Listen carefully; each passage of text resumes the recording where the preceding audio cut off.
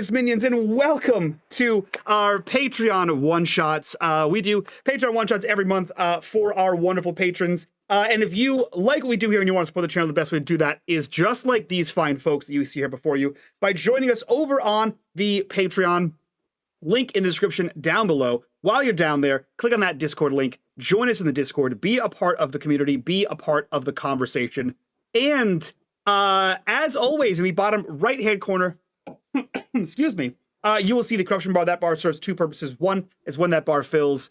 I don't know. This is a kind of a cozy, rustic game, so I don't think Trevor will try to kill us, but maybe we get food poisoning. Who knows? It's whatever Trevor wants. But two, every single dollar that goes into that bar goes back to the fund for me to buy a new fucking computer, because this thing is a nightmare.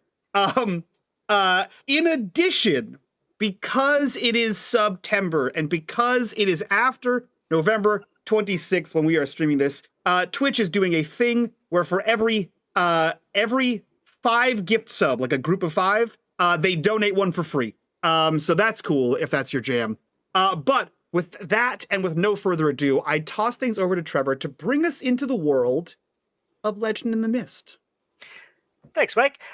So Legend in the Mist is a relatively new game system that has come out from Son of Oak Games. The PDF is currently available. The hardcover, I believe, will be available either near the end of this year or beginning of next year. This is what they call a rustic fantasy role-playing game. So think things like your Miyazaki movies, or things like the very beginning of Lord of the Rings where they're still in the Shire. That kind of scale of things obviously can grow. But that's what we're going to be playing today. We're going to be playing an adventure called A Shadow in the Barley. So here we go. For centuries, the remote villages in the Dales, and the village of Ravenholm in particular, have been isolated from the world at large. Life went on without much peril, except for the everyday dangers of work in the fields and village affairs. To the Dales people, it seems this quiet life has always been this way. Perhaps somewhere out in the world beyond the Wanderlands there are great and miraculous things happening, but here in the Dales, miracles and adversity are small and mundane. Every few years a traveler from outside the Dales might pass through and bring strange tales with them, but they leave quickly and their fanciful stories are promptly forgotten. Legends of the treacherous creatures of twilight and the great thaumaturges of old are nothing more than a fireside tale for most Dales people. The vast majority of them spend their entire life without ever thinking of such things, let alone encountering them. But as the centuries pass by, there are too few and who know too little of the old ways to uphold the ancient duties. This is no coincidence. The world is changing, and far outside the Dales, the old powers are once more awakening after an age-long slumber. It can be felt in the air by those who listen and sense. The storm is coming. But we are not concerned with that today. There is no storm. There is only Ravenholm. Only the cozy life of the village. And as this camera zooms in, it is a somewhat blustery, somewhat overcast autumn morning. Just that very first hint of a crisp chill in the air. The leaves are turning, reaching probably one of their most beautiful times of the year. As we zoom in, not to the village of Ravenholm, but just to the side of it, in the fields outside of Ravenholm, on a crossroads, 4 residents of Ravenholm and its outskirts happen to meet at a crossroads. Nothing strange or odd about it, just happenstance. Mike, could you please describe your character for us? You would. Alvin Fogwell is a lad, a boy, of some 17 years. He is an apprentice. He is an apprentice to who you would believe to be a learned, not exactly a thaumaturge, but someone who at least knows a little rudimentary ways of old. And Alvin is an apprentice therein. He's about 17. He's about 5'6". He is dressed poorly, and not like he doesn't not know how to dress himself. He's dressed with the money of someone who's an apprentice who sleeps on a mat of furs in the house of someone else. And an apprenticeship is like internship, and he has no actual money. So his clothing is relatively threadbare. He probably has like a rustic like a shirt with like the threads that sort of go back and forth there. He maybe has like a leather vest or a leather like a cheap hand-me-down leather long coat that has many patches in it of varying colors. He does have a hat because he has decided that in all paintings, pictographs, etc. of the thaumaturges of old, they all have a hat, and for some reason that stuck out as an important piece of lore to him. So any coin he has been scraped together to have a hat, and it is a wide-brimmed, conical, kind of folded over, and he has like doodadery in there, and it is a very like that's the most unique thing about him is this hat. Everything else is commonplace, like probably like white or tan sort of tunic, probably like a gray and like I said patchwork long coat. Breecher is probably a brown, a simple rustic color, and he has a satchel, a man bag, if you will. Indiana Jones had one. He has that crosswise across his chest, and he sort of holds onto that with both hands, and you can see him kind of like wringing it nervously. He's not the best with people. You're muted. Yes, I am. So I think from there, I think the next logical place to go would be Red, who may or may not actually be your mentor. We don't know yet.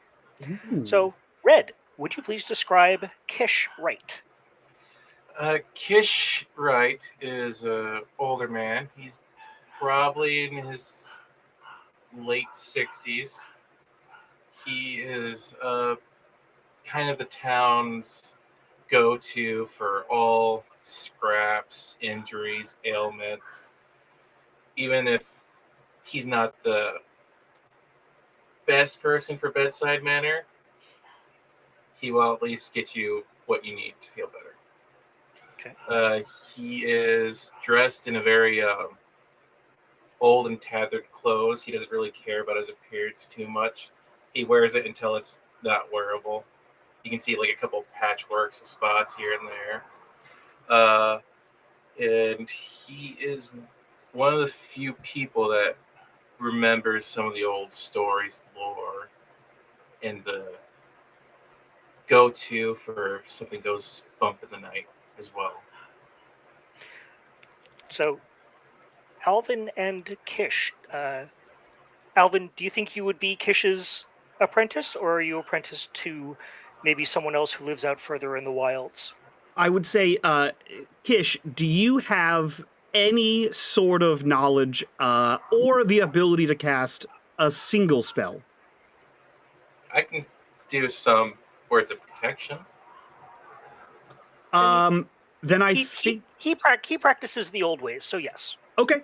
Then yeah, I think why not for funsies in a one shot? Yeah, I think Kish Wright is my overbearing, overworking teacher. Excellent. Hell yeah. All right. I think next we will go to Chris and Baxter Redbrick. Tell us about Baxter, Chris. So Baxter Redbrick, he's probably he's young, maybe 14. He is often seen in a tavern, like in the bar. The people who run the bar have thrown him out so many times, but he keeps coming in like a rat. And eventually, at some point, you just stop throwing it out because what's the point? It's in a bin anyway.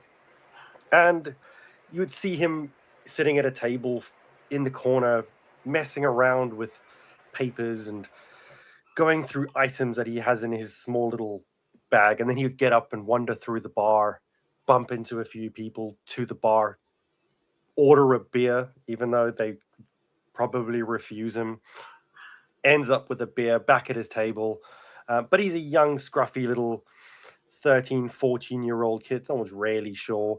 Dark brown hair, quite scrawny for a kid, aren't they all? But yeah, generally sitting in the back of a tavern, up to no good. Okay. So I think you are out today and out at this crossroads, and I think possibly keeping an eye on you, as is sometimes his duty, if not his desire, is Roger Vimes, the local Red Marshal. Profo, would you please introduce us to Roger? Roger, he is a self-described sergeant at arms of the very old guard. He has been patrolling these streets for a lot of years. There are rumors that he once had a much bigger patch than this, and that he was sent here from a larger town or city, and he's never quite forgotten this. He's grey-haired, broad of shoulder, always carries his sword and his shield. Whether he is on duty or off, he is wearing the gambeson of the town guard, and he watches you with his one good eye. You figure he's got a bit of a one squinty eye from breaking up too many bar fights when they referred to him as young Rog. Now, he's probably the only Roger in town, but he's still called Old Rog by most. Certainly, all of the younger guys, he tries to stop getting in too much trouble when kicking out at the tavern. So, as the four of you meet at these crossroads, you are not actually alone here in the crossroads. Also here, there is a young girl named Willow. Maybe 8, 9 years old, long blonde hair, usually in a ponytail. One of those people that are just happy no matter what. It is the innocence of childhood combined with just a boundless sense of optimism and cheerfulness. And she is in fact playing in the barley fields that come next to the crossroads that you're on. Being autumn, the fields have been partially harvested, but not completely. And she is just running around, just enjoying herself. She is bouncing back and forth between the piles of harvested barley, trying not to knock over the large stacks of barley sheaves, but also then going into the still planted barley, almost acting like she's swimming. As you watch her, let's go back to Kish. Kish, what are you thinking right now? What are you doing? You are here with your apprentice. You are here with the known village ne'er-do-well, as well as a member of the Order of the Scouts that guard the Dales. Specifically, Roger has been assigned the guard of Ravensholm. What are you doing? What are you thinking? Why are you coming into town today? I believe Kish is coming into town today because I'm guessing Baxter might have done something to cause injuries again. Maybe a fight broke out. Maybe I'm here to see Roger tend to some late night wounds that he may not have done his best of bandaging up. And I am showing my apprentice how to guess at a distance when a child's about to get hurt in the harvest fields. So Alvin, what do you think's going to happen to Willow if she jumps in that random hay pile over there? What are the worst case scenarios and injuries she could get? Oh, well, the hay pile could be covering a giant hole into a bottomless bottomless pit, and they could jump inside and fall forever, inevitably starving to death and dying. More in the bounds of reality. Oh, I'm sorry. You said the worst case scenario. They could fall and they could hit the ground and break their bones. Oh, a bone, one bone. Their foot, break their foot. Yes, but They could scrape their knee, scrape their arm, scrape their head. yes. There But could be a remember, pitchfork inside. There we go. That's one of the more dangerous Oh, ones. okay.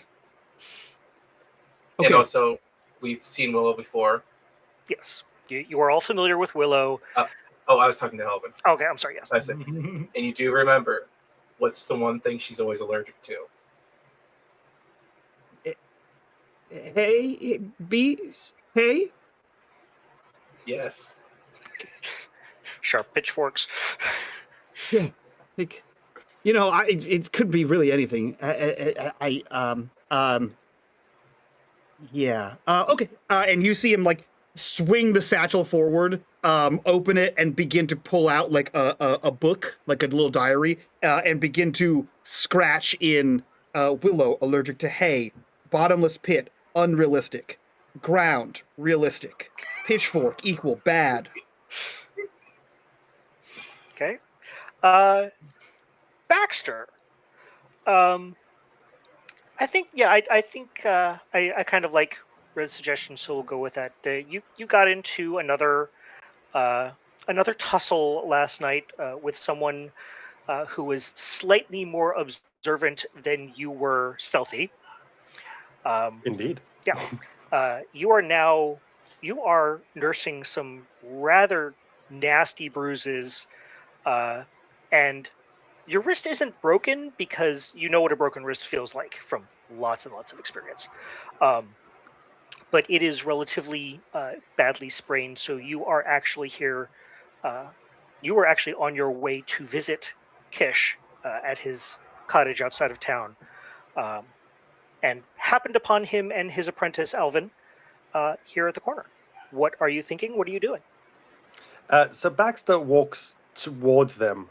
He's nursing his wrist, and he goes, "Oh, it's Marvin and Dr. Kish." And he goes, "I've injured myself. It just happened. I was minding my own business, and then some big bully just went and grabbed me by the hand and he tried to throw me, but still held my hand, and it just happened to hurt. Can you make it not hurt? I need this for my work.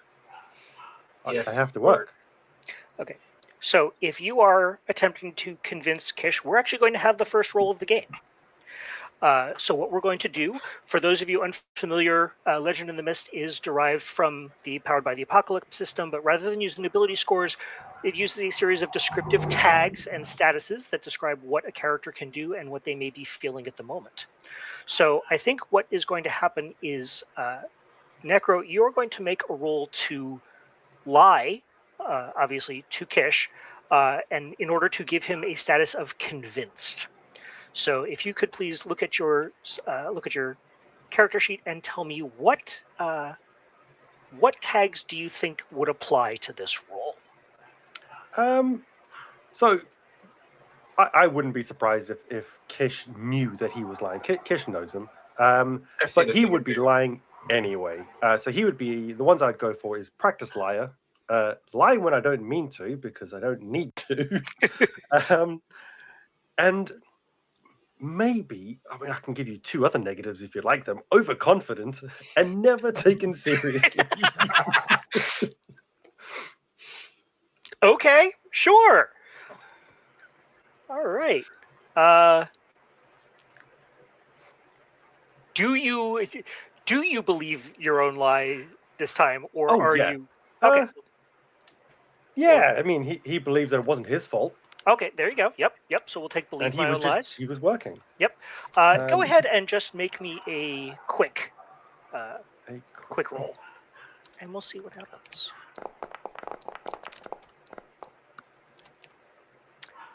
8. And 8. Okay. So you do, Kish. You are,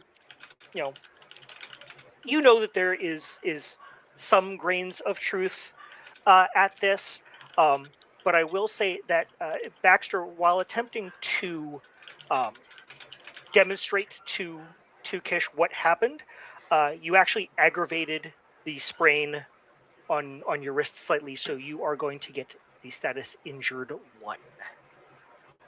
Perfect. Kish, he, you know that he's not telling you the whole story, but you do know that there is, as usual with Baxter, a grain of truth.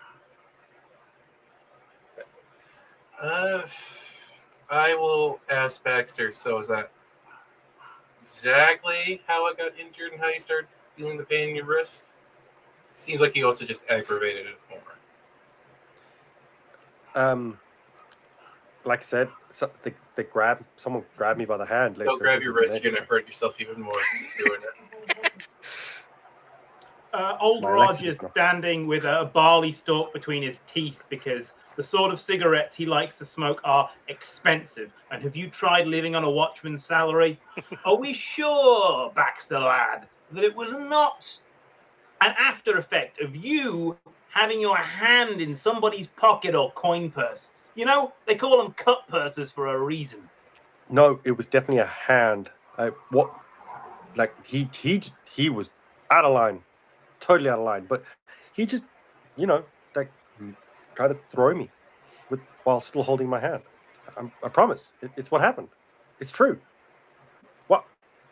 And he looks back to Roger, who probably saw the whole thing and knows that he was just chucked out. Some guy just probably punched him a couple times for. So, Roger, I mean, technically, what Baxter is saying is the truth. A large man grabbed him by the wrist and attempted to throw him out of the bar for stealing from one of the patrons. You know, because it was you. And so, and it was completely fine. Roger would have had a few words with the landlord for being a little too rough-handed. The kid's the kid; he lives here. Right, so exactly. Price of doing business. Yeah. So I think maybe perhaps in the morning light, you may have regretted being quite that harsh on him. So, what do you say that you are out here because you are in fact accompanying him to go see? Make sure he gets where he's going, and he doesn't go through too many abandoned farmhouses on the way there. Okay. Or not abandoned. So, Alvin, what are you doing while these exchanges are going on? He's taking notes. The first of which says Marvin and underlines that, and there's a little picture, like a quick doodle of what Baxter looks like, and an arrow pointing to that. Because he's not going to correct Baxter. He's just going to refer to himself as Marvin from now on to Baxter, so Baxter knows who he's talking about. And then there's he has almost like stenographer, no one else could interpret these notes. It's a mix of hieroglyphs and half written words and arrows. So he's just shorthand taking down what Baxter has said and what Roger has said, and he's drawing arrows to things and crossing things out as they're corrected or changed. So it looks like the Family Circus comic when the kid runs around through all the things. Is exactly what that looks like. And he's just intently looking up and then back to Kish and then looking down and back up, because any of this could be relevant, and at any point in time, Kish could ask him a question, and God forbid he not have an answer. Love it. So, Kish, what are you... Let's put the spotlight on you. What are you doing in response to the situation that Baxter has pitched you, and the fact that Roger is with him does give him a little bit of cred here, partially because yes, Roger's with him, but not with his hand on his shoulder or with Baxter's hands tied behind his back or something. Kish at least believes he's got an idea of how the injury happened. That's the basis of what he needs. He understands everyone's going to lie, at least to some degree. Okay. Even though they shouldn't. Not doctor, but medical professional. Okay. And he is going to do a quick diagnosis to see how bad the wrist injury is, to see what degree of is it going to be held in place by stent? Is it going to be 1 week off, or is it going to be a whole month? Okay. So I think if you want, you can. I will allow you to combine that with a roll to actually reduce the status if you would like to attempt to at least heal the current injury. Yes. How do I do that? So I would say all 3 of your apothecary tags would apply. So All right. apothecary, medicine bag, and quick diagnosis. I do, however, think that this is not the first time this has happened, and you really don't like being lied to. So I think you're probably a little grumpy. I might tighten the stent a little too Right. hard. And I think that's going That to might also tie into poor bedside manners. Sure. Okay. Yeah. Let's do it. All right. Yeah, that looks good to me. Make a roll. And again, this will be quick. Nice. Okay. So yes, we can remove that status from Baxter.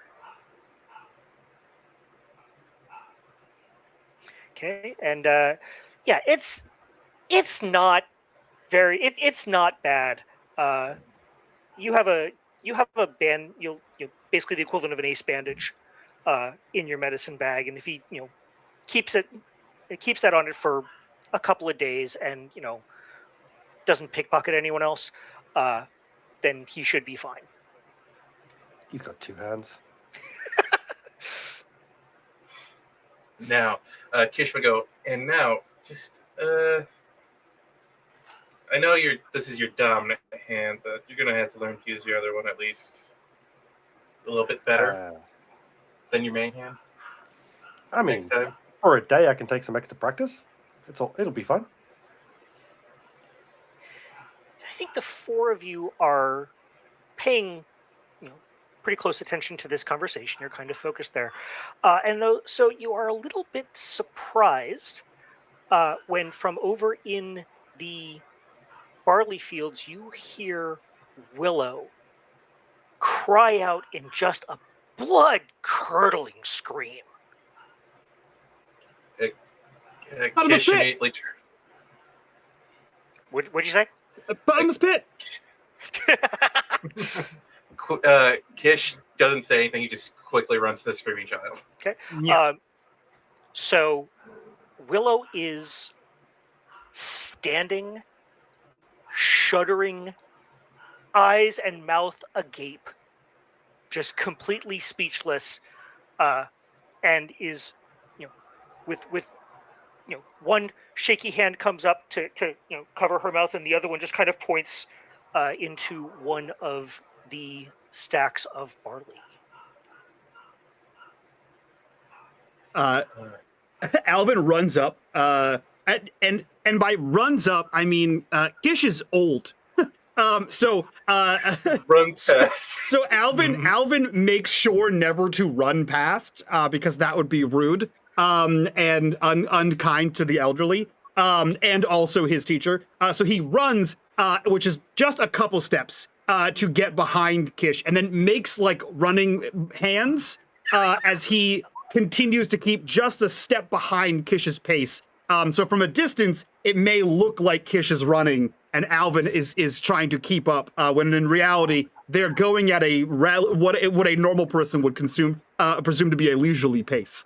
As he's just behind. Is it a haystack full of swords? Do you think? Is it? I'm sorry, not swords. It wouldn't be swords. That would be silly. Like a haystack just full of pitchforks. Like 20 people from the village were all doing haystacks, and they all put their pitchforks in one. Alvin. Yes. I hate when you do that, trying to just keep pace. Get to the child. It could be urgent. Go. Okay, okay. And he like takes a few steps. Sorry, I'm so sorry. I'm sorry. And runs past towards Willow. Kish, as Alvin does this, as I said, it's a relatively overcast day. The sun goes behind a particularly dark gray cloud, and there's a feeling that washes over you that something is very not right here. Do I get kind of like that, the chills of the spine go up then after that? Yep. So, Alvin, you get to Willow. Where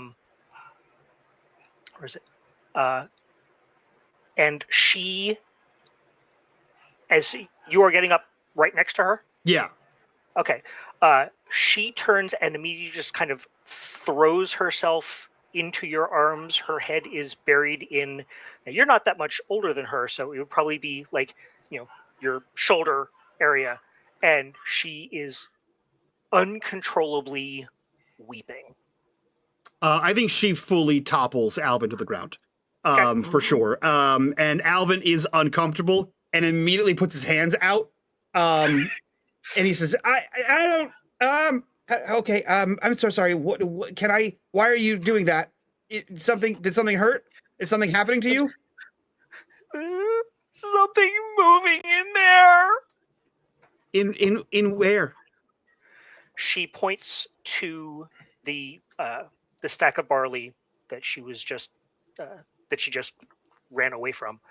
And as you're standing there, you catch a whiff of something that I'm not sure Alvin has ever smelled before. Has Alvin ever been to a body of water larger than a stream?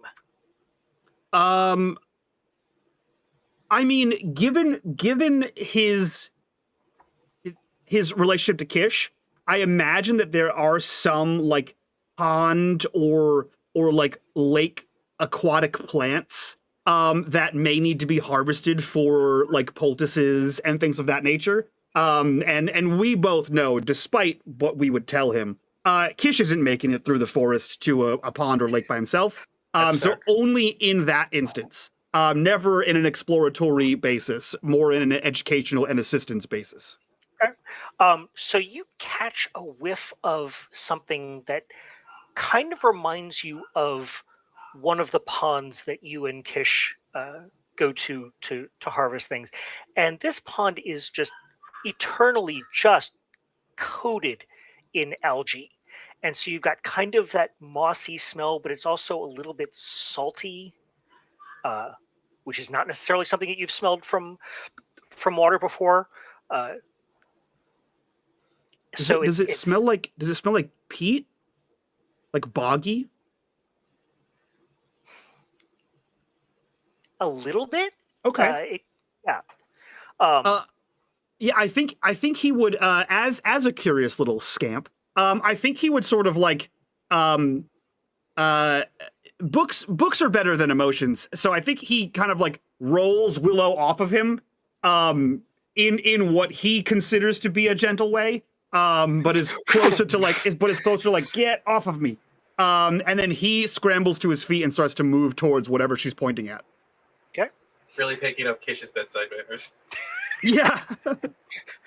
You stay there and make sure she doesn't leave.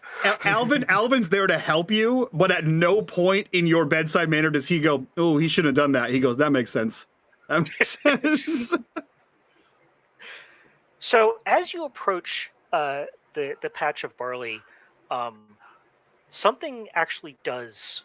You see some of the sheaves, or some of the stalks shift, and a moment later, something emerges. It is generally human-shaped and human-sized, but it is just drenched in water, and it kind of shambles unsteadily and jerkily, it is covered in black. It's wearing what looks like what had at one time been very, very fine armor, but is now just rusted and miserable. You catch a glimpse of this thing's face. It is shrunken. It is blackened. It is rotted. It is. You catch a glimpse of its eyes, and there is no life there. And yet it is moving. Quick question: is this thing wearing a helm of any kind, or could you, with a good sword strike, take its head off? Remove the brain. It is not wearing a helmet, which is why you can see its face. Yeah.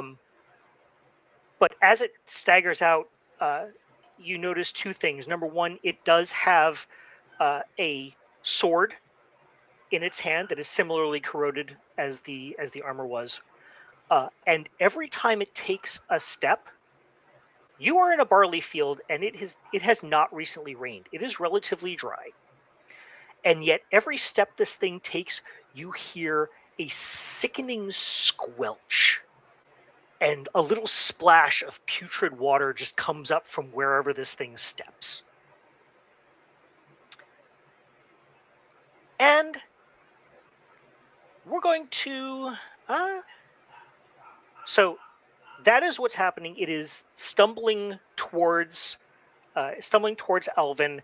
But let's flip the spotlight over to Roger. It looks like it is shambling towards Alvin, and it looks like it is trying to start to raise its sword arm up. What are you going to do? Do you want me to roll to intercept? Because I've got brute strength, and as old as Roger is, he's quite athletic. Yeah, you can get over there without a roll. Yeah, he'll move from his usual proceeding ambling gait to a full sprint, raise his shield, sword at the ready, to attempt to take this thing down in one clean swing. Okay. Are you going to swing, or are you simply inserting yourself in a defensive position between? He's gonna tell Alvin to get behind him. Okay. And then he's gonna attempt to aim as well his trusty old sword to the thing's neck. So I'm gonna say, actually, I'm gonna backtrack on what I said a little bit earlier. I'm gonna have you roll, and this is gonna be a detailed roll, because one of the things you can do if you have power left over is, but I didn't even tell you what to roll yet. Damn it! That's all right. My sheep has appeared. In my defense. Yep. So let's see what you would have rolled for that, and see if we can get that up to a. So I would say athletic, runner's stamina. And I would say probably stand watch would be able to apply to those. So that makes that a 10, which does make it a full success with a power of 3. So what I would suggest from a mechanical standpoint is if you want to give Alvin a status like protected, and then use one of your power for an extra feat to keep the spotlight, and then do something else immediately. Yeah, okay. So he's moving in front of Alvin. He's geared up to make the strike. And what would you suggest as an extra as an extra feat to try and get this thing's head clean off? Yeah, just as an extra feat, keep the spotlight and just take a swing. And Alvin, you are now protected too. So would that just be another quick attack? No, let's do this as detailed. Yeah. Okay, so let's see. I think you can definitely use Protector of the Dale, martial training, and swordsmanship. Mm-hmm. Anything else that you believe applies here? Probably maybe brute strength as a trait.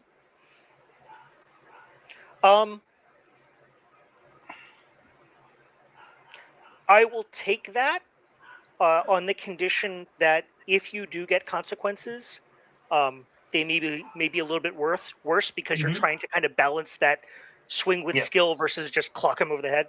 Yeah. Good with that? Yeah, sure. Click it. Detailed attack, and let's go.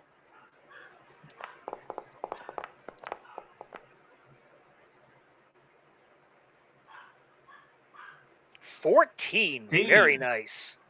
Because so you scratched brute strength. Yeah. Okay. So yes, you can. You are just gonna take this thing down.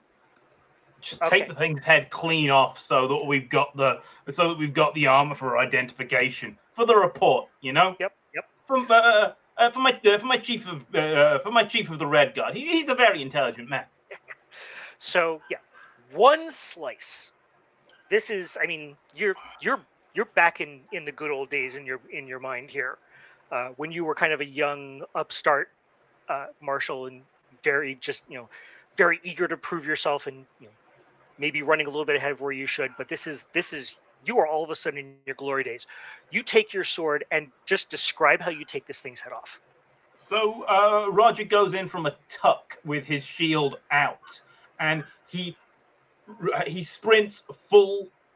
He sprints full speed towards this armored, shambling, wet, messy foe. He swings his sword in one great blow, and he knocks and he manages to get it right in the neck, just through rotten flesh, through bone, off. And yep, that is exactly what happens. Your sword goes through this thing's neck. It is like wet. It the resistance you are expecting from a creature's neck is not what you get. You get very much much more almost spongy. As you don't really slice the head off so much as schlorp the head off. But the head is nevertheless off. It falls to the ground, and you can kind of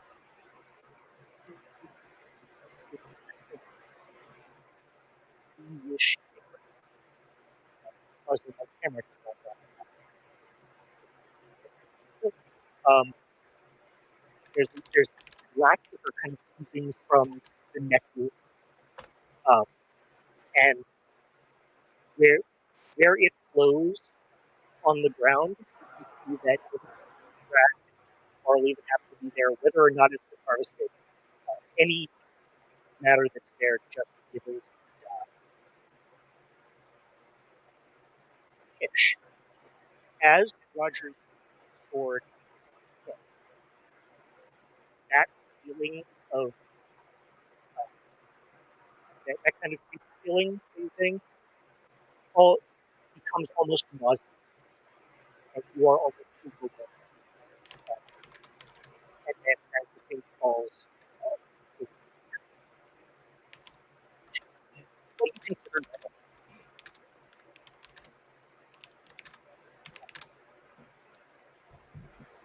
Baxter and Fish. We'll go with Baxter first. Baxter, what have you been doing while this is going on? Real quick, Trevor. All of a sudden, you sound like you're underwater, so we barely heard anything you said a second ago. Oh, okay. Not a clue. Oh, you sound much better right now. You sound better. Okay, cool. Yeah, it was commitment to the mushy bit. It really was. Absolutely. Yeah, right.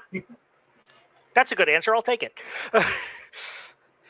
So, Baxter, this disgusting thing shambled out of the barley, and almost before you could blink, Roger, I mean, the man's at his heart a lawman. He's a scout. He's a protector. But damn, he just sprung into action and took this thing's head clear off with one shot. It is now lying headless on the ground, lack of face down, and is oozing black ichor onto the ground. What are you doing? So Baxter, as Alvin went running, um, he would have shouted, "Get him, Gavin!" As Duncan ran, and he would have stayed just behind Kish, but walking, not running, because he didn't need to. Okay. And I imagine Kish carries food, so Baxter would have used his offhand to lift an apple from Kish, and he would be eating that as he walks towards, as this creature comes out of the barley. The armor that it's wearing, I have a question. Yeah. How good is this armor? Does it look like quality armor, or does it look like trash armor that's been used by someone of lower standard? Well, let's okay, Mr. Expert Appraiser, let's see what you got. Yeah, I mean, definitely take Expert Appraiser, but I don't think anything else here really applies. So this is going to be it's going to be a quick roll. If you want to burn Expert Appraiser for a +3 instead of a +1, that's up to you. But yeah, go ahead. I'll keep it with the +1. Okay. Let's go. Roll it. Ruh-roh. Should have taken the +3. Can we say something real quick? Sure. Did he go in the pouch that had an app, had food, or herbal ingredients? I mean, it would have been the one that was available. See, that's on you. I think that's more on you. If he saw a pouch and it looked like it had food in it, he would. Well, if he saw a pouch, he would put his hand into it and pull something out.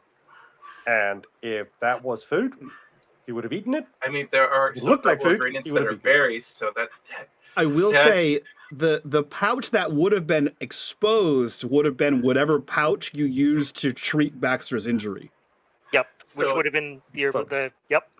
Yep, he would have eaten some berries. Yes. I think that yes, might be the he would. consequence. Those are really good berries. And then they're really bad berries. You take a moment and you are high for about 30 seconds. And then you just kind of lean over completely retching and you are nauseated 3. But like a kaleidoscopically high. Yep. I love it. Now, if you would like, I don't really see any tags that would be of use, but you can still attempt a reaction to kind of try to withstand that. Yeah, let's go for that. So just a straight reaction roll? Yeah.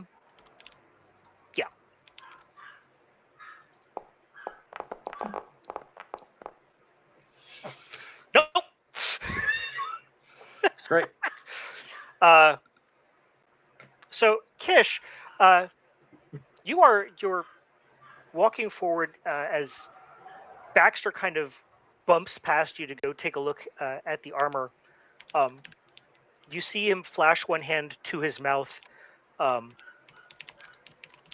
stop, waver a little bit, stumble for a little bit, look back at you with this really goofy grin on his face, and then double over and empty the contents of his stomach.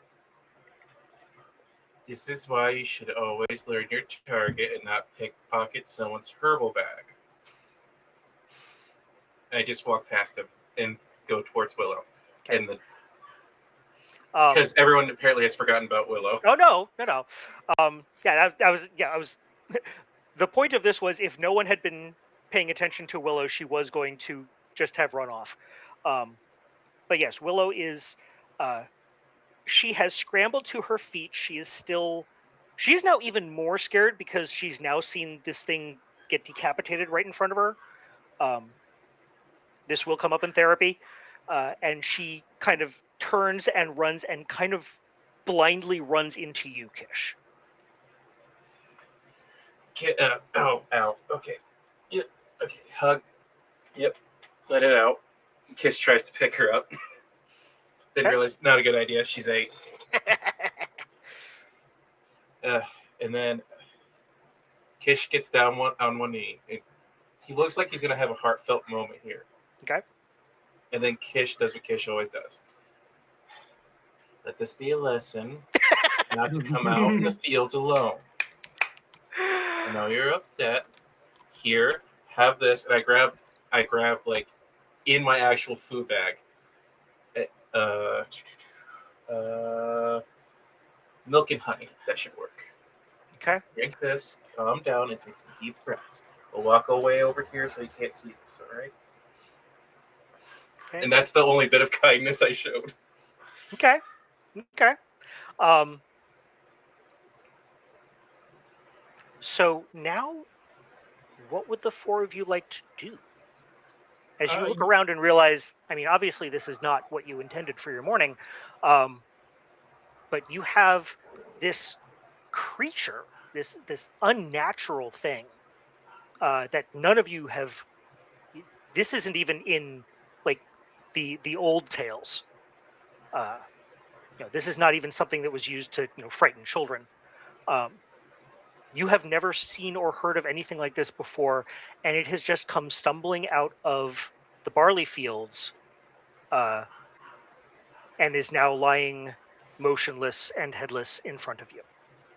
Roger's taken a cleaning cloth to his treasured sword, and he just gives it a quick wipe over before putting it back in its scabbard. Then he goes to pick up one of the pitchforks that Alvin predicted, and gives a poke to the haystack to make sure there aren't any more of them. Okay. Then he goes to examine the body. Let's cut over to CSI, whatever the name of this village is. Yeah, Kish is going over. It's like, okay, Alvin, how do you see the ichor? Yeah, I think in the moment too where Roger would have like protected Alvin, there was a moment of like if the camera had turned to Alvin in that second, there was a moment of confused annoyance that Alvin didn't realize he was in danger, and thereby Roger has impeded his investigation. So the moment the head has been separated, you probably heard a oh. And then quickly, and then I think Alvin was the first on the scene, and he just pulls a gnarly stick out of his bag, and he's like lifting things and poking things, and then you see him like put this gooey stick back in his bag, notes, and he's like ink on his face and hand, writes things down, pokes another part, lifts like a piece of skin like off of it, and he writes that down, and he's just taking copious notes about this. Sir, I think it's very it's like a mushy, like the underside of a lily pad, or like frog spawn. And I think this guy drowned. But more importantly, his blood is black and also very dead, but like now it's dead twice. Dead. What did I say about putting samples in your herbal bag? I didn't put any samples in my bag. Your stick, you dipped it in the blood, you didn't clean it off and immediately stuck it in your bag. You got dead blood on your face and your ink, or is that your ink? I can't tell at this point. It's about the same color. I'm so sorry. I didn't. And he takes the gooey stick back out and sort of wipes it on whatever makes for clothing on the body. Okay, I got it, and he puts it right back in. And then I can't really tell how long it's been dead because it was alive, but also wet. Well, we can just go. I think. Should we cut it open? One. Willow's still here, so no. That may be the kindest you've ever heard, Kish, ever. Okay. Willow, you should go home.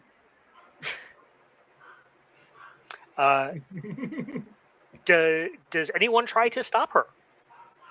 Kish is too old to run after her at this point. And more fascinated at the dead body. I'll be around to see your parents. Baxter's puking. Okay, then, yep. Yeah. Oh, I thought he was going to be chatting to a pink elephant named Barry. Well, you don't want too many pink elephants. Right? Let's not talk about the pink elephant in the room just yet. Okay, so yeah, Willow runs back home. She is still. You can still hear her crying and sniffling a little bit as she rounds the top of the crest and disappears from sight as she heads back towards Ravenholm.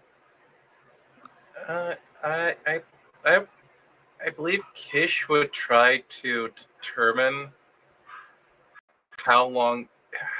how dead it actually looks. Like how aged is this reanimated corpse now no longer animated? Okay. Yeah, go ahead and make me a roll. What are you using here to try to do this? I would think I would try to use, because my past see a thing or two, Okay. and try to go off a quick diagnosis, because I probably don't have like the books or notes on me for like telling how long a body's been disposed of on me out here. No, but I will also say that you know that there is something unnatural about this. So I think you can also use Old Ways Practitioner and Ancient Lore. Yeah.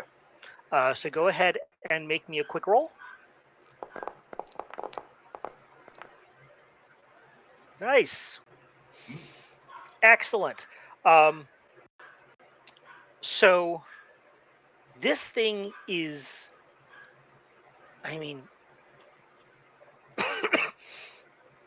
the water at some point, the liquid, which you are coming to, as you poke around a little bit and feel around on the water, it does feel like bog water.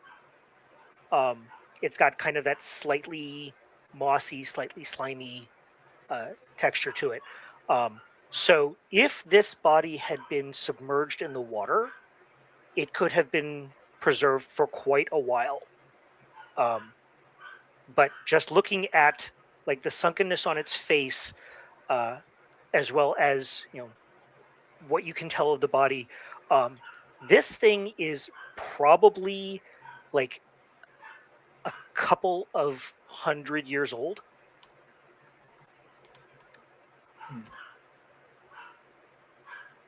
So that begs the question, why did it wake up now?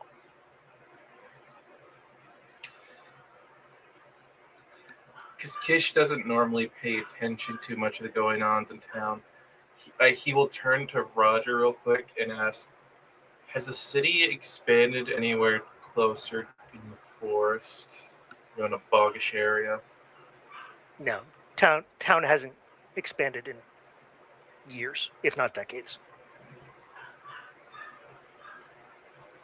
Has anyone been trying to go over to the bog to collect moss besides us? I don't think. Then Kish will relay to Roger real quick. We may need to alert the town. Because I have a feeling we may find more coming. In the worst case of scenarios. And I'm going to try to see if I can figure out if there's any story, like old story of undead in the water, that I can kind of try to relate to this first time seeing creature. Sure. Yeah, make me another roll. I think you can again use Old Ways Practitioner and Ancient Lore, but I think you can also use Twilight Encounters and Seen a Thing or Two.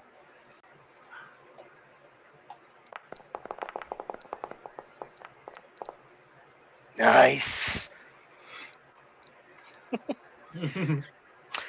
So now that you're thinking, and you have done some traveling, kind of living outside the village. There is probably a couple of hours walk southeast of here. And that's what it sounded like. is an old sunken watchtower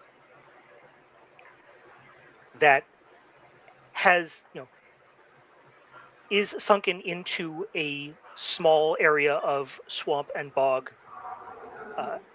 that is in there. That's the only place around here that you can think of that it might have come from. And that would match up with the bog water smell and feel.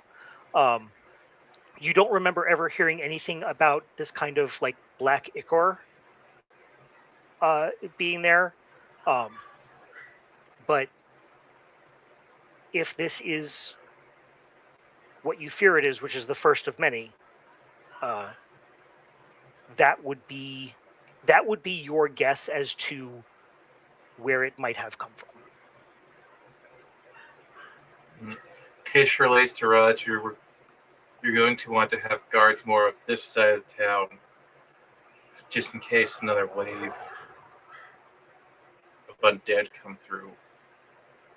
We need to relay this quickly. Roger, hurry, run to the town. You're on the way. He's gonna go. He will sort of return to the town, and with relish, he will either ring a handbell that the watch keep with them with a rag covering the clapper, and he's not been able to do this for a long time, and he's clearly relishing in committing his duty. Yep.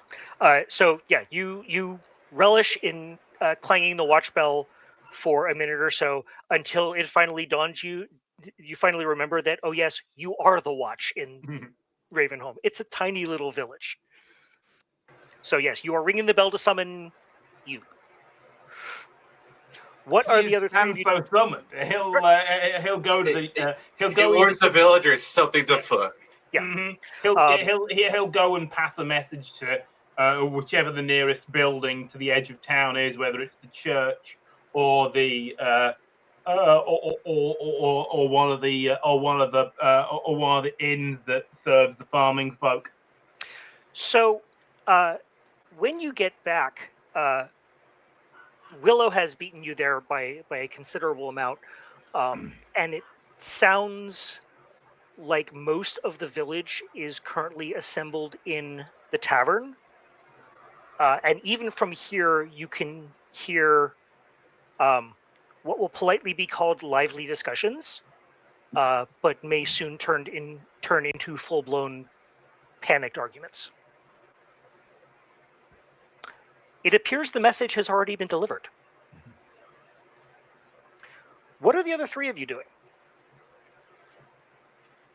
I believe Kish is using Baxter as a teaching lesson to Alvin. It's like, okay, so what happens if someone accidentally eats something of a herbal nature that's used to expel their stomach, and you want to reverse it? What's the herb we use to help them? Oh, you could use ground charcoal, or you could use a number of root barks, or you could, depending on if they're poisoned or not, you could use a bezoar if we have one. I think that's it. All right. So what do you have on you that you can give them? Oh, I have a gooey stick. You forgot your herbal bag at home, didn't you? Yes. Well, I saw you had yours, and I didn't think we would need two of them. I brought my Always notebook. Prepare for... Oh, Alvin, when we get back, you're reading 3 books and you're doing laps around the house. Okay. While you're carrying 4 stoves. Oh. Okay. And I'm not talking... Did you say stones or stoves? Stone. Stones. Okay, it sounded like stove to me. I was like, damn. And I'm not talking about the object. I'm talking about weight-wise. Okay. What should we do with that? And he like motions to the body. Right now, shit. I forgot to ask Roger to bring a priest back. But with Baxter, right now I have some charcoal in my bag, so I will hand him that. Okay. Well, first I check to see if he's lucid enough to hand him anything. Yeah. Then I hand it to him, tell him, eat it, and make sure this is a reminder not to try to pickpocket me. So he shovels it in his face, okay. and then the spare berries, puts them in his pocket. Okay, so make me another reaction roll. I gave you a temporary tag of charcoal that you can use for 1 power. I would also probably take Brimming Tankard, because this is not your first experience with, nasty shit in your stomach. Let's see what happens. And you want a quick roll? Let's make it a detailed roll. Detailed, which one? Empower. Empower. Just those two.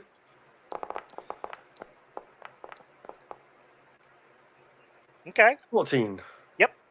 So yes, you can get rid of all 3 of those status of nauseated, and you can actually give yourself 3 statuses of something positive if you would like, because you are, you have worked through this. I will think what those are. Okay. Yeah, I think he shovels this charcoal into his face. The spare berries that he hadn't eaten, he keeps for later. You never know. Yep. And then he looks to the others. What's that? And he points at the dead guy. And Well, that is a undead. Which is kind of redundant, but Read it.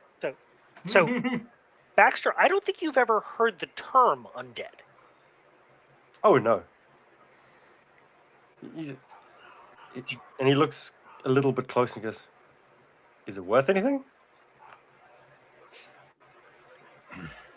Kish was going to say something, to say no, but then thinks about it for a second. I mean, blood can be used as a poison. There's value in that, but besides that, no, nothing to mine. Because anything that was on it's probably rusted beyond belief, and if it had gold, I doubt, because of how tattered the clothes are, it's still in its pockets. If that's more what you were looking for, Baxter. Oh, I was just wondering because the town could use some funds, for town things. I have an idea. What's up, Stanley? Me. Underline arrow to Marvin. So could you look at the thing and find what you would steal? Sell whatever you would sell on it. Because whatever you would sell off of this would be probably the most durable thing on it, and maybe that would tell us something. Yeah, but Kish said that it's poisonous. I can't touch it. Well, so were those No, berries, and you touching ate those. Just don't lick it. And don't use your injured hand. I don't know if I saw a scratch on there. You don't want his blood to enter any open wounds. Don't eat his blood. Done. Yeah. And Baxter's gonna walk up to the thing. Okay. Would Kish have almost splintered his wrist? I imagine there's a bit of a splint that's been put on. And as Baxter goes, it's like in the way. Okay. And he digs into the bandage and he pulls out the splint and just I'm puts not his putting hand it back into- on. He puts his hand into the armor from the neck hole, and he starts feeling around the top of his body. Okay.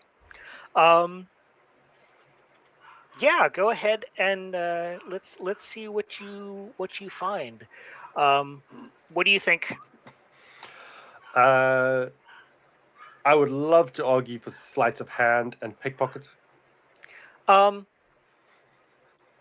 I'll take sleight of hand, but not. I don't think because you're part of the point of part of the skill of pickpocketing is not being noticed, and But there's I would say that pickpocketing is also a skill about knowing where things are kept, so that you aren't that's noticed. fair. That's fair. Yep. Okay. Yeah, I'll take it. And nothing. Really else. burning both of those? Oh no, I don't know. Yeah, just click on the tag. Click on the words. Oh, okay. Yep. Also, Chris, well Um, done for discovering the essence of the mist engine. Is really just arguing. It's licensed to argue with your GM about yeah. what you think vague tags mean. It's like Cypher, but even more so. Yeah, it does seem like it. I think just those two. I don't think anything else applies. And then you wanted a quick roll, right? Quick roll's fine, yeah. Come on, big numbers. Not double ones. Ooh. All right. He did use the hand I bandaged, He even did though indeed. I told him not to. Yep. Chris, and are you okay, buddy? Or you want to refresh the browser? What's up? you have rolled. I've never seen anyone roll as poorly as I've seen you roll today. I don't know that you've rolled above a 4. I rolled a good one in the beginning. One Did that didn't you? matter. well, it didn't matter. That's true. The very first roll. Yeah, I rolled 8 once. Okay. Yikes. So the inside of this armor is at least as corroded and rusted as the rest of it, and you were not taking that into account. So you are going to take. So we're going to do injured 3, and because this was Snake Eyes, this was really bad. You get the tag of rust in the wound. I like that. Sounds very positive. It's not. So yeah, you're rooting around. You don't really feel anything. You try to take your hand out, and you realize that it's been snagged on something, like almost as if it was a fishing barb. And you can't. The only way you can get your hand out is to kind of just rip it through. Hurts like a bitch. It comes out, and it is. You can already see. It's a nice sized gash down most of your hand, and it's just covered in powder, in rust powder. So you already know that someone's gotten in the wound. He rips, like, he gets caught, and as he rips it out, he like his wrist, and Fish gets like the blood on him from that wound. He's like, oh, I've never seen anyone have something to stop you. Okay. In your Now hand. I can't hear Chris. Yeah, Chris is going underwater. He's getting infected. Fish quickly goes to him. It cleans it up. Is it okay now? Yep. Still bad? Right, okay. Like I say, he pulls his hand out, and as he shakes his hand off, there's blood that like splatters onto Kish's whatever he's wearing. He's like, oh, this guy had things in there to stop you getting your hands out when you checked him for stuff. That's gonna suck. And he goes through and he like just rips part of his clothes and just starts wrapping it. It's horrendous what he does. It's definitely not best practice. And whatever is on the outside, he's just pushing further into the wound. Nice. Kish slaps his other hand. So I'm Yeah. actually going to to say that you have actually, by doing that, you have invoked your overconfident weakness. So I'm going to give your sleight of hand another improvement. Alvin has stopped paying attention to the body, and in the moments in which Baxter rips his hand out and begins to wrap it, he is hurriedly sketching this like soon to be gangrenous wound covered in corpse ooze. He's turned his notebook sideways and he's fully sketching this on a full page in as great detail as possible. To make sure he has this in his notes for when, in his mind, which clearly does not align with Kish's mentality, Baxter is 100% going to turn into some sort of waterlogged corpse monster any second now. So he wants to make sure he's noting every detail down. Okay, let's pop back to Roger for a moment. Roger, you got to town, noticed that almost everyone in the village, as I said, is gathered in the tavern, and the conversations there are becoming louder and more emphatic. What are you doing?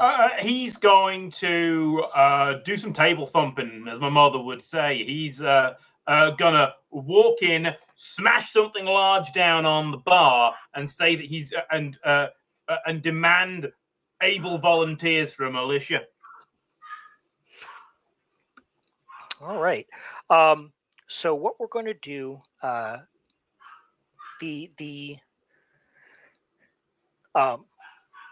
there is the crowd is just kind of murmuring amongst itself. So give me a roll to try to, I guess, at least get them to focus. Yeah, sure. Is there anything I could do with that? I mean, feign courage, most likely. Not yet, because you basically all you're trying to do at this point is just get them to calm down, right? Okay. So just a straight up quick roll, yeah? Yep. Okay.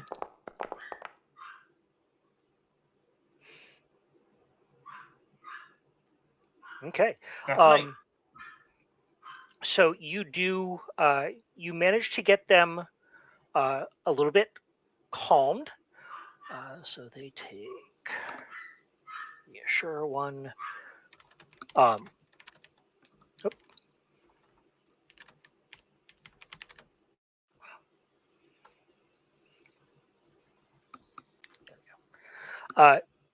as they're starting to calm down,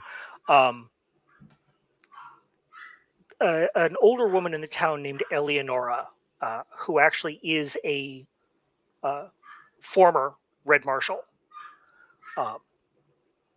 she sensing the lull in the argument in the room, she basically takes the conversation away from you, looking like she's just adding on, but is attempting to kind of basically rally the townspeople up into a mob.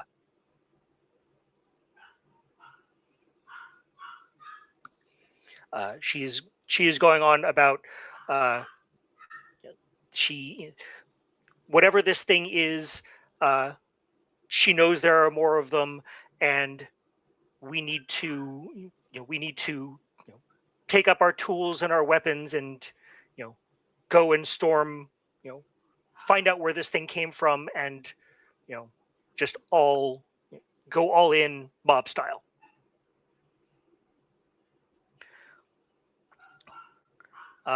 And you are sensing the villagers are being pulled in so many directions right now that you are not. They look like they're just getting more tense, and the arguments are starting to build again. Whether they should go, whether they should just leave the village and find somewhere else to live, or what. So, what are you doing now? He's gonna try and rally them in a common cause of we can't leave. These are our homes. Okay. All right. Yeah. Make me another roll, and now I think you can use Feign Courage. Yeah. And you can also use Aspiring Local Hero, I think. Yep. Okay. Another quick roll. Yep. Yep. I should have taken burden of responsibility whilst I was at it. Damn it. Okay. So you do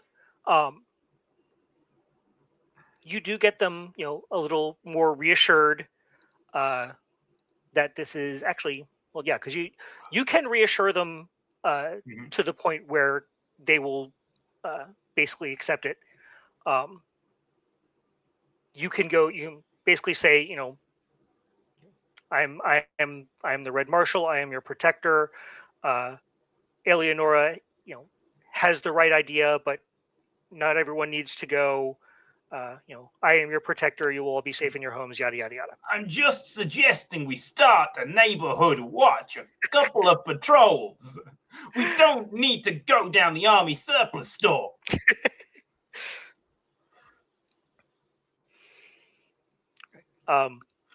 The Yes, Eleonora, the berets are very nice. Little militaristic, but very nice.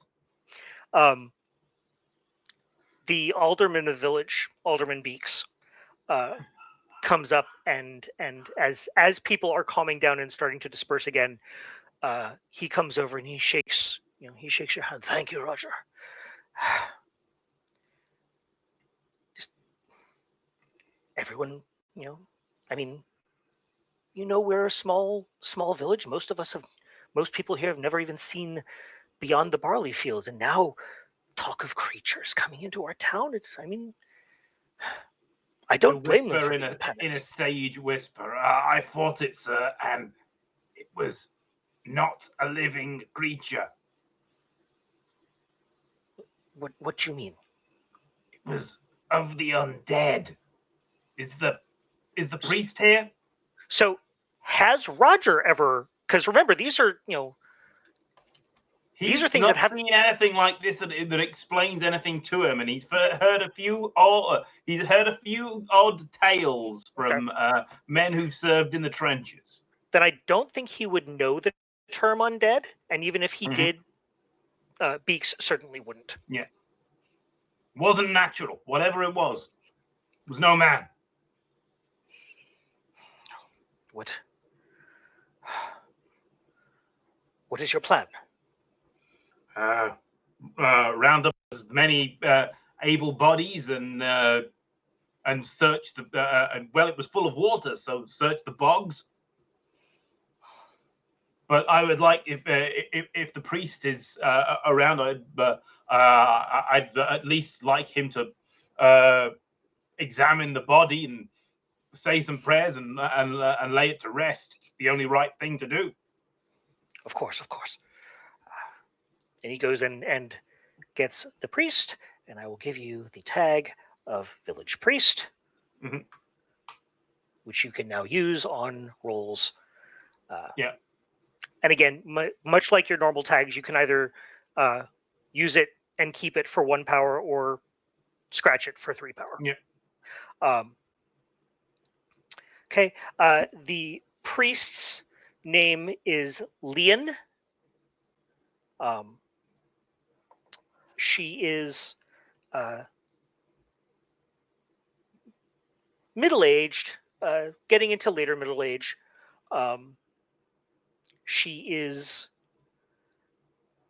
has all the bedside manner that Kish doesn't. She is there is no fire and brimstone here. There is, I am here to soothe your souls,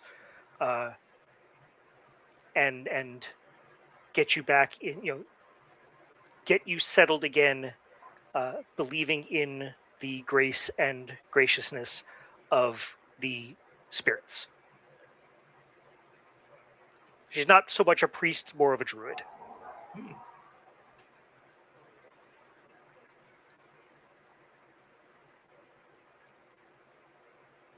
Madam, if you'll gather your things and step this way. You know Kish, the wise man who lives out in the hut with apprentice Alvin. I do. I hate to break it to you, but they're already there. Oh, I mean, Kish is many things, and among them, he is a very, very skilled healer. I do not fault him for that. I am afraid young Alvin may be taught, maybe being taught on the wrong side of the bed, as it were. But let's see what we can do. And it's only a couple of minutes walk back to the fields where the three of you now do see Roger and Leon come back over the hill. Gents, no more of them? It didn't move yet. again? No. Baxter's got some of its blood on him and in a wound that I am now redressing as he's ripping off the... I bought... He's got something inside of him. Yeah. Like, in his armor, like, that like, when you put your hands in his armor, like, you can't get them out because he's got, like, these things in there. I don't know what they are, but, like, it makes it really rust, difficult. lad. It's rust. They wouldn't make armor with spikes on the inside. They wouldn't sell many. Well, you say that, but maybe they didn't want him to get his armor off. How do you know? The moment that Roger says they wouldn't make armor with spikes in it, you see Alvin start to cross out a drawing that is absolutely a breastplate that is like the Iron Maiden that he has started drawing about what to based on solely Baxter's description of what it could look like. And then he just draws a line right through that and closes his book and looks sad. Right. Leon makes her way to the body, lets out a gasp of horror and disgust, looks back at Roger and says, "You were right when you said it is not natural. I don't even..." And she takes some time to kind of, examine the body. She takes a handkerchief out of her satchel and kind of wipes up a little bit of the ichor from the ground. Kish would bring up, from what I could tell as he's bandaging Baxter's hand, washing the rust out, he'll say, "I believe the body looks like it's been dead for 100 years, even though it was walking. At least." And my mind is thinking the most probable location it could have come from is that old guard's tower that sunk into the ground maybe like, what was it, 50 years ago or more? Yeah. I mean, that would match with the... It would match with the method of preservation, obviously. I just don't understand what would cause it to move like this in the first place. Well, I can perform a burial ritual. She looks around, still in the middle of the barley fields. Probably not here. Yeah. Take it someplace a little bit more, a little bit less fertile, and see what I can do about laying it to rest. I assume you are headed to the watchtower then? Yes. I think it'd be the best place to go. I don't think I'm going to be able to talk Kish and his lad out of going there. They'll need to see it. Although, if we're going to want to make it there before nightfall. So, Roger, you're going to have to carry me. Roger, you're going to have to carry me. I don't like it either. If we're going to make it before nightfall, and I look at the sun... I told you should have taken on those two strapping twins as apprentices. They can't read. One can't read and the other can't write. They make up for each other's deficiencies. So I will say, if you decide to go back to town for the night, you will be able to get rid of your status, your negative statuses. Chris, we're keeping Rust in the Wound around for a while, I think. And you will also be able to load up with a tag from your backpack if you have not already done so. I will say, Kish, whether it matters to you or not, you know that there is no world in which Alvin goes to sleep tonight and does not abscond off to a sunken tower of a time gone by, which produced some sort of undead creature of a bygone age. There's no world in which he does not go, okay, we go to bed. Okay, we get out.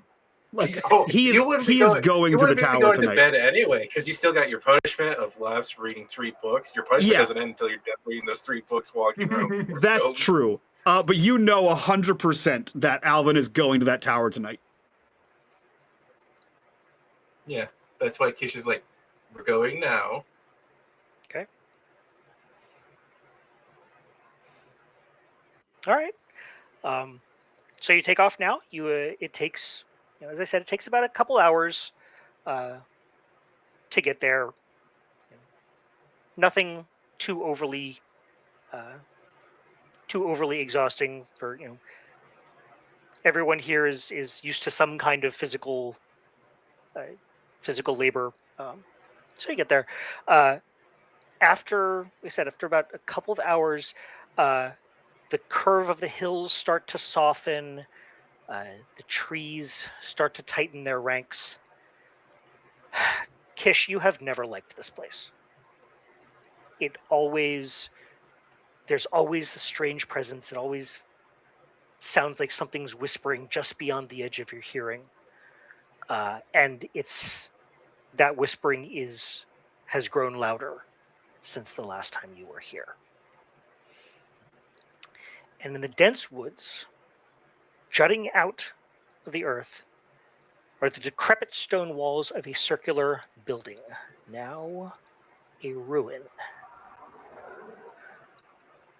There are no doors, only a window or two, and the part that is now above the surface of the water had originally been the 3rd floor of this tower. So the first 2 floors are wholly underwater.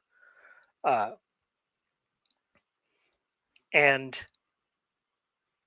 yeah, it is surrounded by a murky, kind of swampy pond. You all smell the same smell from the water of the body. So chances are very high that this is where you are looking for. This is what you are looking for.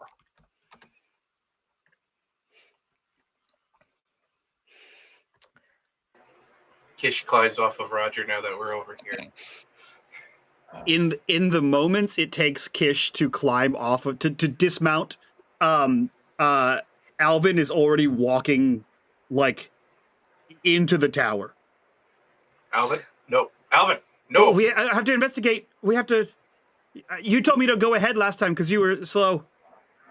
That was because there's a child in danger. I don't need you to run in and cause danger. There could be anything in danger. In danger.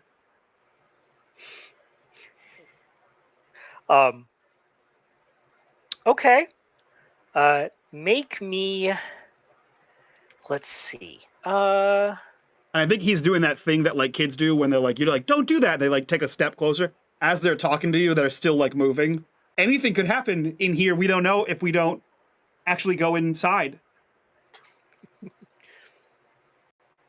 Easy, lad. You got ants in your pants. We don't know what's in there. Let's try and work out what's in there before we storm in there and arrest the buggers. Oh, that's a great plan. I'll work out what's in there. So the actual tower is pretty much a ruin at this point. There's no really in the tower. You can see the entire inside of the tower. The more concerning thing is, like I said, the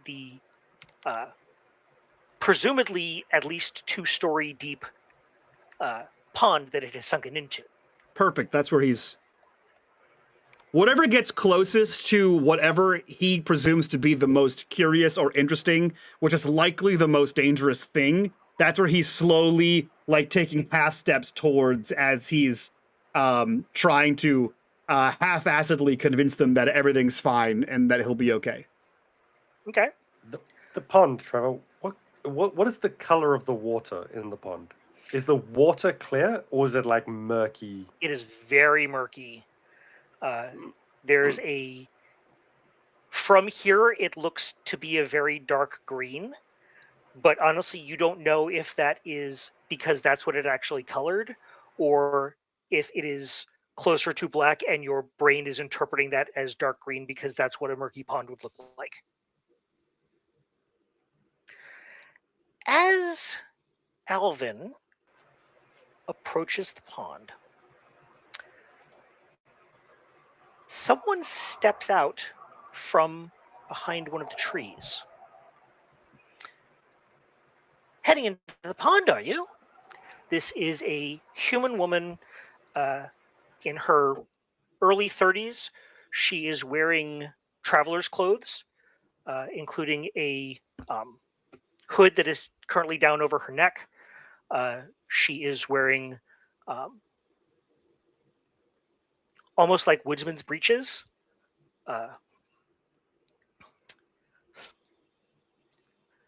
Could you do me a favor while you're down there? I can pay you for it. How startling was her approach?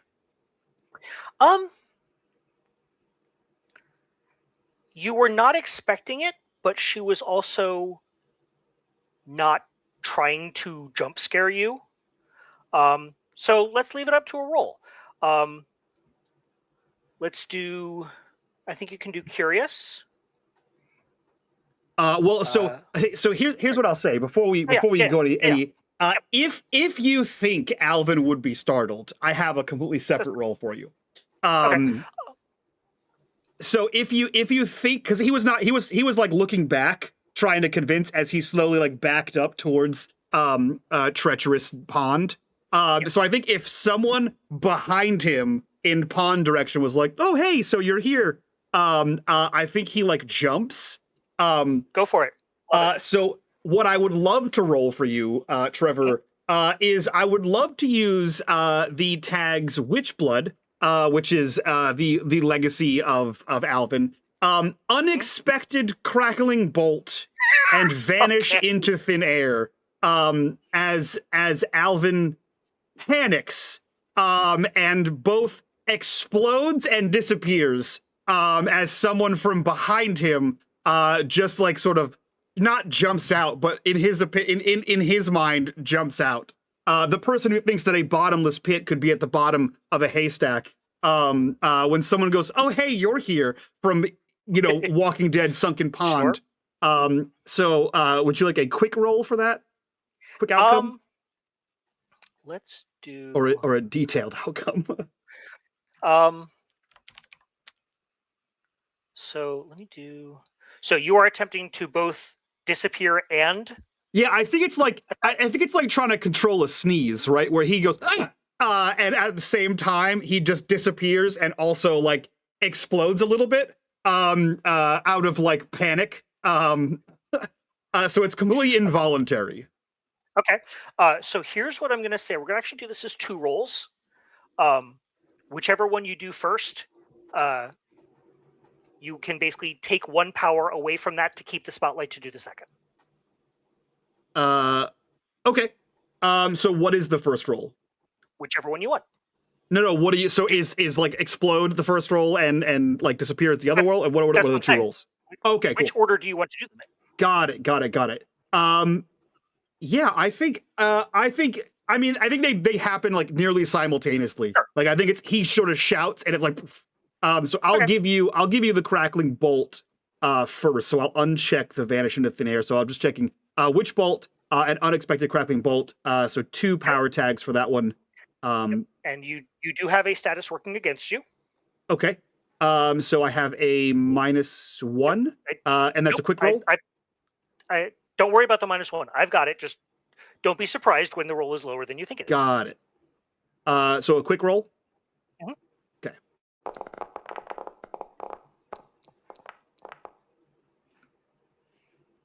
Okay. And then I'll do Witch Blood and Vanish into Air as the Okay. other one. There you go. Okay. Okay. Quick roll it is. Go for it. Okay. Oh, that didn't. Okay, never mind.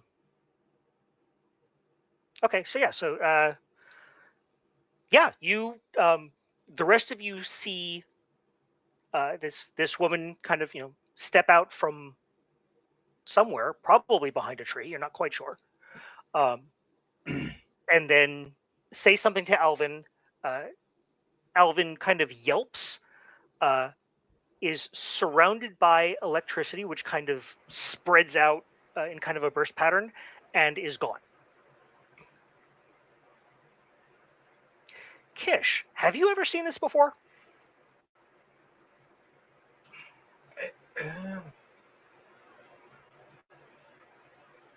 I am not 100% sure. Should we roll seen a thing or two to? No, just it for purposes of the story. Have you? Is this surprising to you or not? If I may, Will. Yeah. So one of Alvin's weakness tags is freak occurrences. So I think even if you haven't seen like him explode and or disappear, weird shit happens around Alvin. And I think it's like with you being like the wise old sage, I think it's like it's weird enough shit that like if Kish wanted to put 2 and 2 together, you could put 2 and 2 together that Alvin's not normal. That there's something weird about Alvin. And Witch Blood is like an ancient like race of people that ostensibly look normal but like have like the blood of thaumaturge in them or something like that, right? So you would know like his bloodline descends from old. Kish would go, okay, that makes more sense. Also, you need to tell me these things. What do we say is the one thing every patient should tell their doctor? Well, I don't know. And he's still not visible. Lad, shush and walk in there whilst you're invisible. Don't give him that idea. You hear splashing think he'll be footsteps. God damn it. I was about to say, I don't think he'll be able to stay quiet. Madam, we're with the... we've been sent out from the village. You might want to take a step back. We've got some strange problems with this watchtower. He'll explain to the woman who is probably has jaw dropped after her quick chat with Alvin. She looks startled, but not completely flabbergasted. So, like, young man, are you still there? I heard you. Distantly, yes. Like, much closer to the pond now. Okay. I have coin for you if you would do me a favor. Oh, I Baxter is don't get to alongside have her. coin. You can give it to the guy with the arm, the bad arm. He's gonna turn into... You'll figure it out. I have Baxter knowledge. puts a hand on her shoulder and says, I'm more than happy to help. And it's the bad arm, so it's probably dripping whatever it is onto her clothes. I'm more than happy to help. His other hand, he's probably trying to check for any like purses on her. And says, I can help you. What do you need? Don't worry about the old people. Us youngsters, we've got it. We can help you out.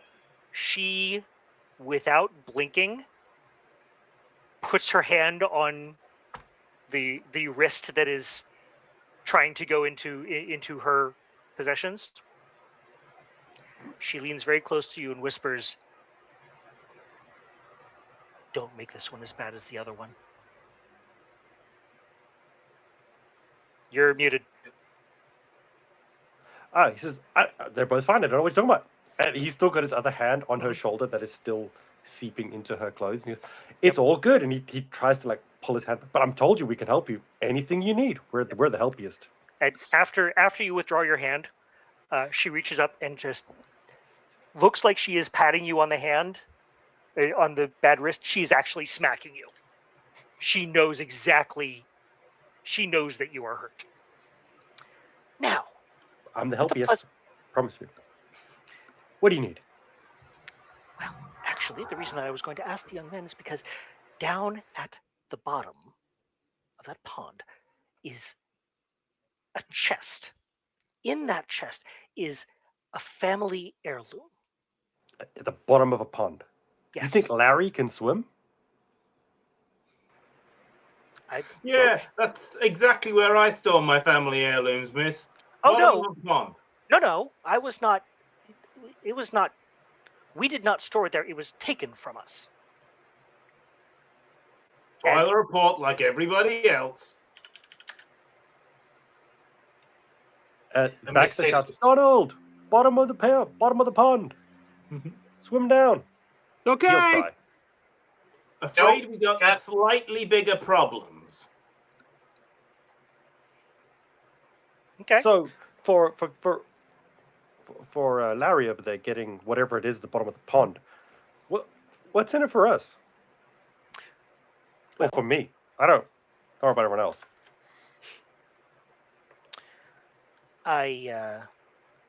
Well, as I said, I can offer you coin. Always. Or I have been traveling and might be able to give you some knowledge about this place. Is it physical knowledge? No. However, What if can material I do with goods that? are your focus, there are many things in that chest. One of them is an opal. That is what I need. The rest is yours. Done. Aye, And he good. runs. Okay? Roger's like, aye, good. I hear they're bad luck. I got a horse racing tip from a man in exchange for picking something up for him once. No good ever came of it. All right. So, Alvin. So between Alvin and Baxter, are you both going down into the pond? What's going on? I think Elvin's way ahead of him. Okay. Like he was chattering while Elvin was doing whatever he was doing. No one's stopping Alvin. That So ends. Baxter's running. I think once he's ready, and John's Kish is starting. trying to, but he's too slow. Okay. it's hard to stop when you can't see. I can see the void in the water from your legs. Shit. All right. So, Alvin, you start to swim down. And as you go down, there's some kind of shadow that is swimming around in this place. What are you going to do? Now, just so I know, is the water like murky because the water's gross, or is it just like dark in the water, like it's deep? Both is good. Okay. Yeah, It's enough. You can still see enough to like get to the bottom and find where this chest is. Yeah, but shadows moving means that it needs to be brighter. I think Alvin would have taken off his satchel. Okay. Actually, how long is he still invisible? Yeah. Great. Then I think realize so he would have taken off his satchel, and the only thing he's bringing with him is the stick that he had. But he's invisible, so he's gonna focus on maintaining invisibility. And so I think he's just gonna continue to swim, at no point thinking about how things that live in water can probably sense the motion through water of other things like a spider in a web. So he's just gonna continue to swim towards the bottom. Okay. All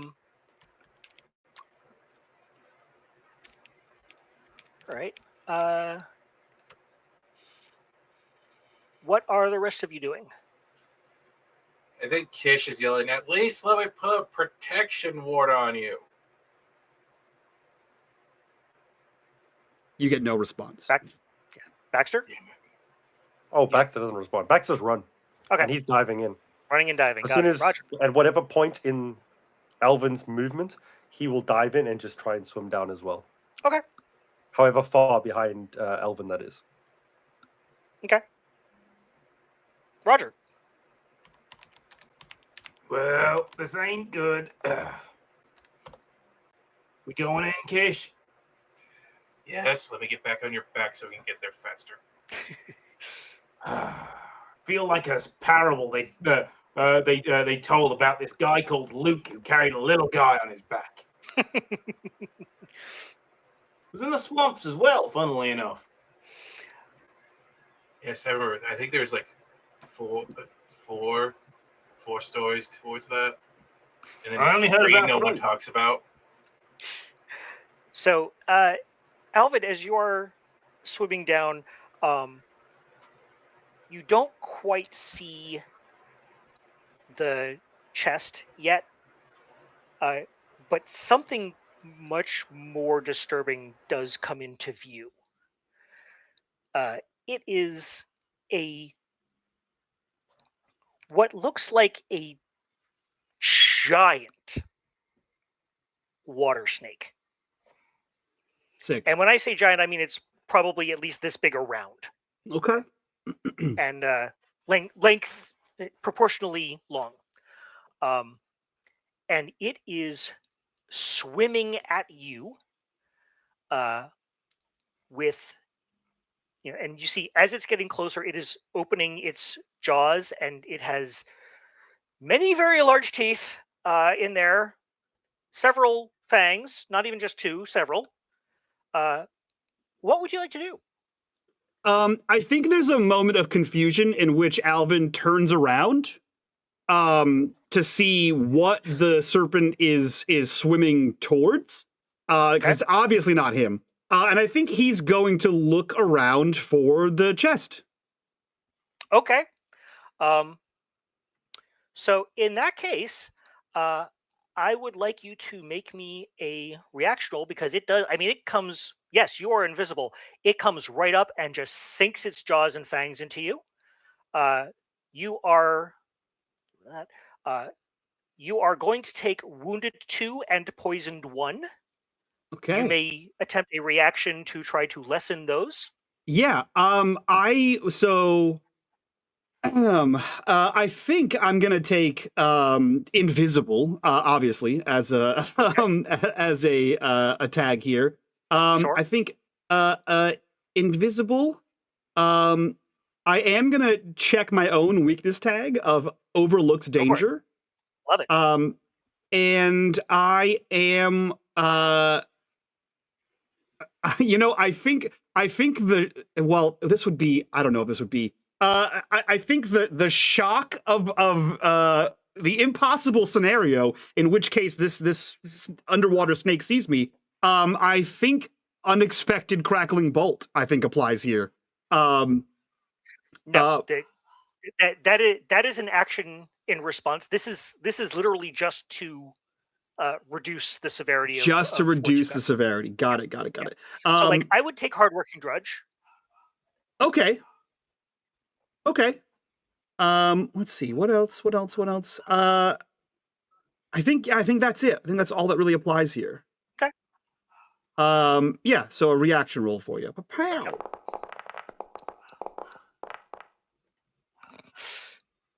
A 9. Excellent. Okay. So yes, so you have 1 power, so you can reduce one of those statuses by 1. Okay, and you said it was what was the wounded tags? 2? Yeah. Wounded 2. Yep. And poisoned 1. Let's get poisoned out of there. Okay. So I think like what happens is, like, at the last second, like, Alvin's like looking around, being like, oh, this can't possibly be coming towards me. And then at the last second, like, he turns back to like the direction he was facing as it's like bearing down, and he just like swims to the side a little bit and absolutely gets like grazed by this fucking thing. Not enough to like sink the actual venom into him, but like for sure to take probably a deep gash of the fangs. Okay. Baxter, you are underwater. You see this gigantic snake come and just rip into Elvin, and it looks like it is kind of turning around, and it looks like it's trying to surround him, probably to constrict him in some way. What do I you think like? because Baxter's still invisible, right? He sees like the mean Alvin's spray still of blood. Sorry, Elvin is still invisible, so there's like a spray of blood which starts to swirl around him, which kind of makes Elvin available for Baxter to see. Yeah. But that's not his problem. Baxter's problem is the chest, which is somewhere at the bottom. So he's gonna keep swimming. Wow. Okay. Elvin's a smart guy. He can get his way out of that. And Baxter, like, he knows he can get to the bottom, get that chest, get out of there. That he knows he can. Like, that's his skills. Okay. This is in his wheelhouse. Okay. He's just literally gonna go for the chest. Then Alvin, I need you to make another reaction roll as this thing is attempting to wrap around you and constrict you.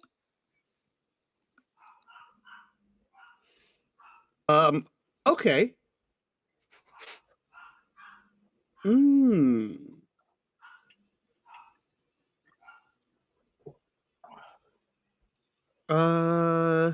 Shit.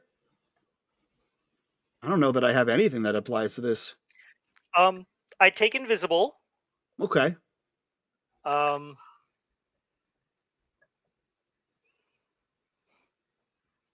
your sparky things help you?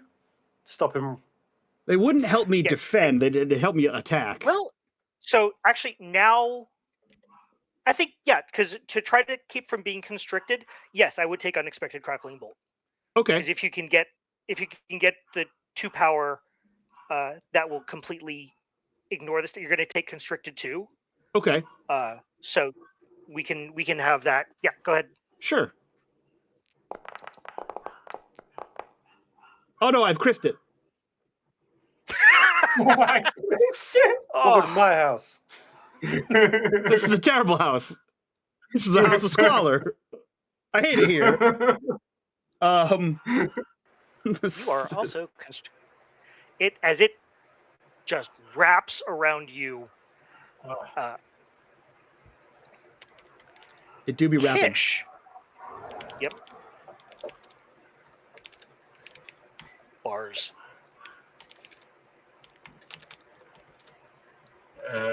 Kish, if we are close enough to see this at this point, you are close enough to see that there is something. The water is sloshing in a way that is not just people swimming down. There is some kind of struggle going on down there, but you don't know what it is.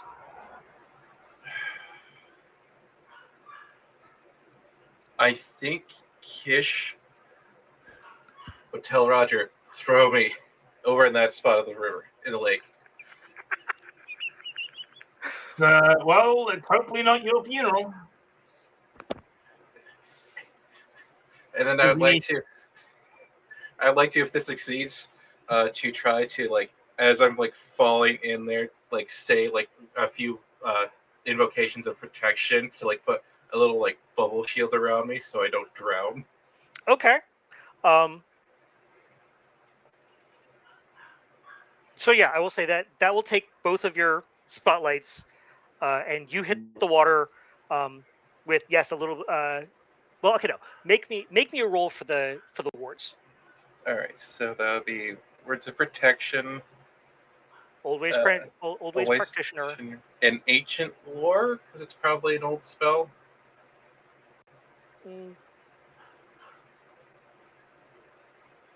Sure. All right. And because if this is a spoken invocation, I'm drawing attention. No, because there's not really anyone out here to draw attention. Well, there is a snake. who is underwater. Hmm. Yeah, you are not seeing Yeah. anything above the water.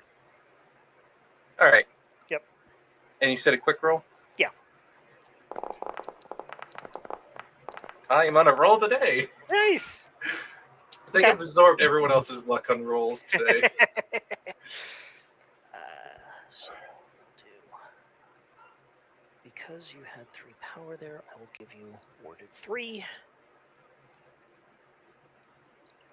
Okay, and you hit the water. While this has been going on, Alvin, you are currently being constricted by a snake and held underwater, and you are a rather small person, so you only have so much air, and you can feel that starting to ebb. If you could please make me a reaction roll to resist drown 1. Cool. Well, I gotta find at least one power tag here. No, so if you're doing a roll that involves power, you always have a minimum of 1 power. No matter if the actual bonus to your roll was 0 or less, you will always have a minimum of 1 power to spend. Got it. Yeah, then I think I think it's just a straight roll. Here. So I'm a little disappointed you didn't try to sell me on Deep Thinker, but go ahead. yeah, it did cross my mind, or inventive, but I don't think No. yeah, if it weren't a reaction roll, I would sell it, but Go for it. let's see what happens here. Ooh. Nice. That's better. Okay. Yep. Okay. So yes, you are not starting to drown yet. However, it is back to you. Where's the thing? Here's the thing. And it is so it has you constricted. Yeah. It is going to start squeezing in on you.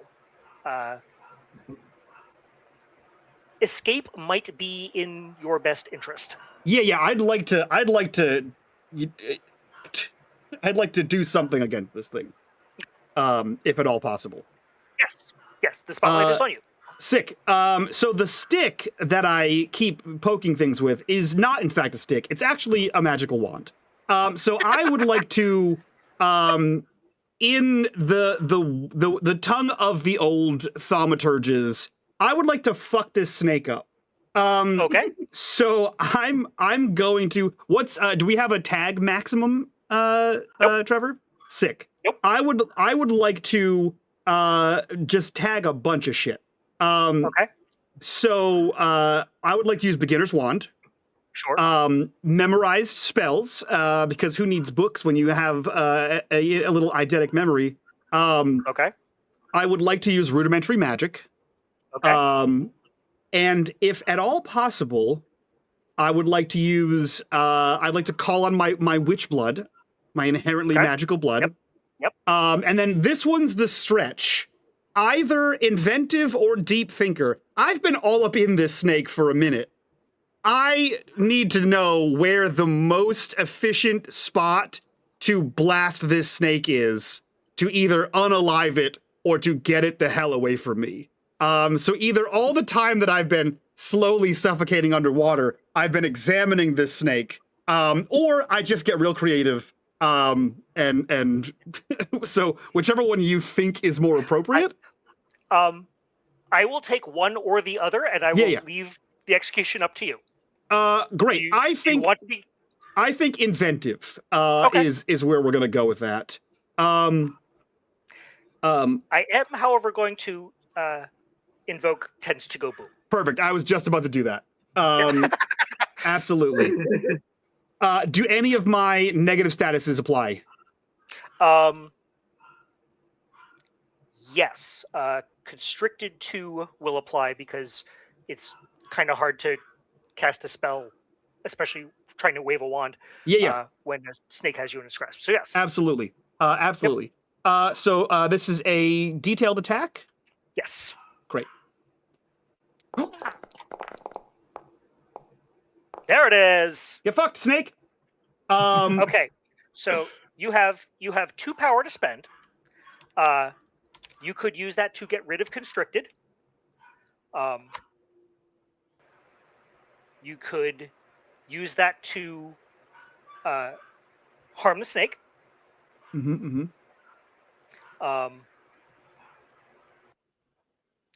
What are you?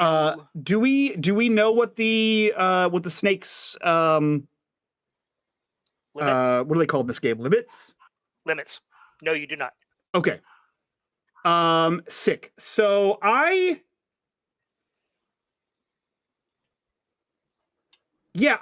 just gonna I overlook danger. Okay, I'm smart, but not not like wise. So I think the inventive nature of that attack is that while flailing, like I think he just finds a soft spot, and like the conclusion of the spell is just to jam the stick into like the underbelly of said snake.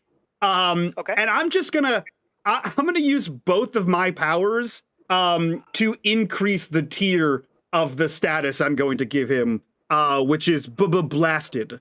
So I'm just gonna take all of my energy and explode magic into the hole I poked in the snake. Okay. All right.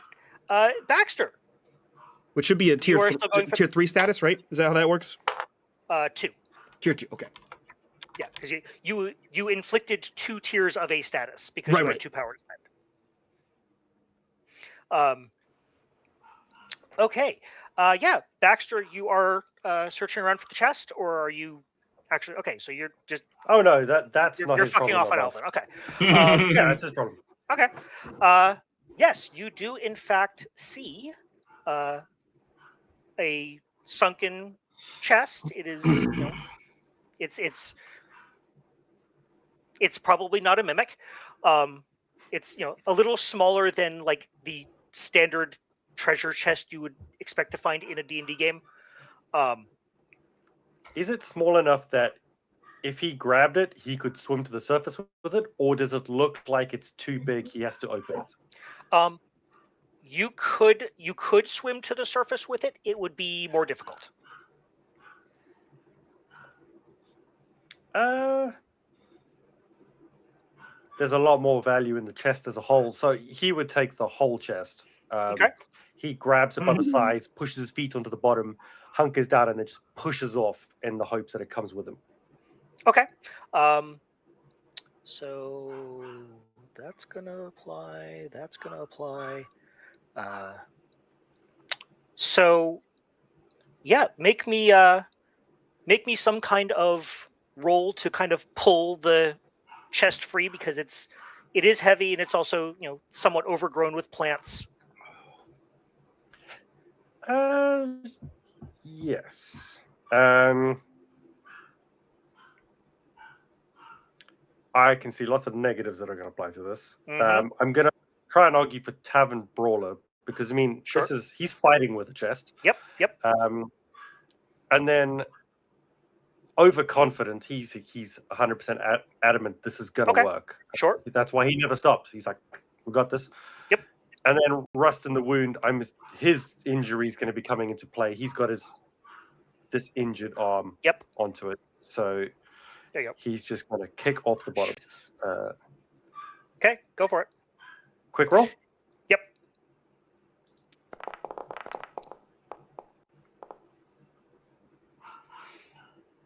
Nope.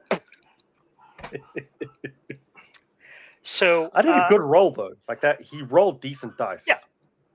It's just a lot of negatives. Yeah, there were 6 negatives to that.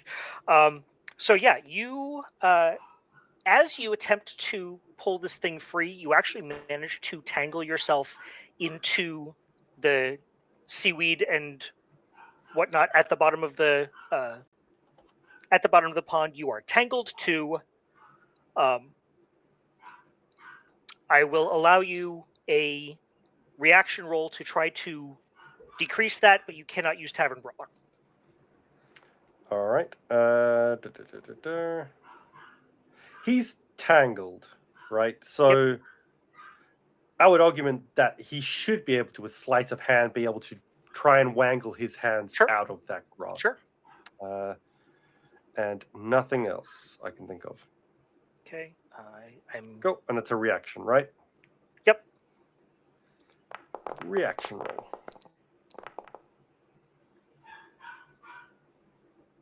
Nope. D6. Oh wait. Actually, no, because the heavy chest would not have applied to that.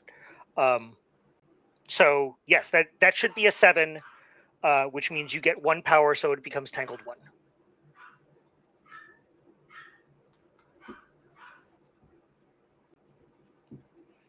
Perfect. Okay. Let's see. Kish. Or as we're now calling you, Cannonball.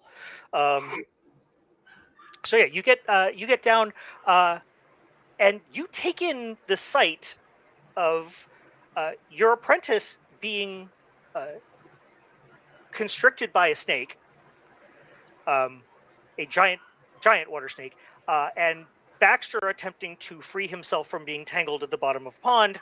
How would you like to deal with this unfortunate situation?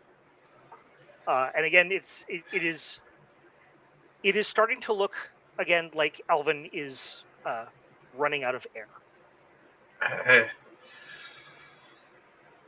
Kish will quickly go to Alvin because he's in the center of the most danger at the moment. Okay. Baxter's got himself in that danger. He can get himself out. I mean, turnabout's fair play. So, because I am a tough cookie, You are a tough cookie. I am going to try to propel myself down towards the head of this snake. Okay. To at least and whack it with my walking stick. And points its direction, its aggression towards me. Okay. And give Alvin a chance to get up, get air, and hopefully get rupture. Okay.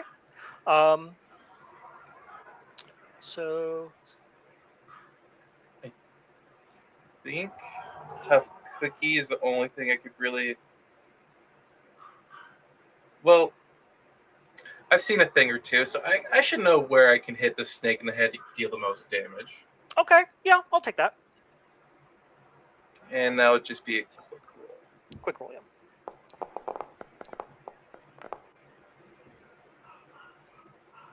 Okay. So you do manage to bunk it in the head. You get its attention, but it takes a quick, massive snap at you and pops your warts. Good thing I at least had them. Roger. He's gonna. He's standing watch. You know, he's doing what he does. Okay. But if he starts seeing sort of bubbles of distress on the surface of these very still and stagnant pond, he's gonna sigh a deep sigh and be like, "I'm gonna have to go down there," and take off his cloak and just, jump in sword first. You are absolutely seeing those. Yeah. So yeah, I he's think gonna. 3 wards popping off, just like a huge torrent of water comes up. That can't be good. Okay. Or something, or some sea monster's already eaten them and farted.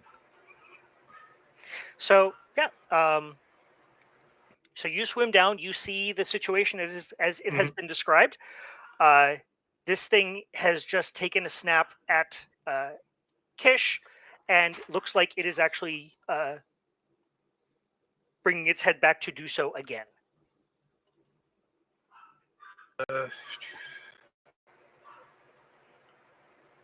Roger. Yep. It's Roger's spotlight. If the consequences actually happen, then Kish will get a reaction roll from you. Yeah, I don't think he's had much training in the line of sea monster slaying, but all right. Swordsmanship. I'm also going to have to use burden responsibility here because these idiots are his burden. So you don't have to. Yeah. You can also do martial training. Yeah.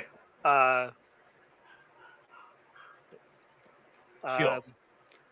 I would take Protector of the Dale. Yeah. I would take Athletic. Yeah. I may need the stamina coming back up.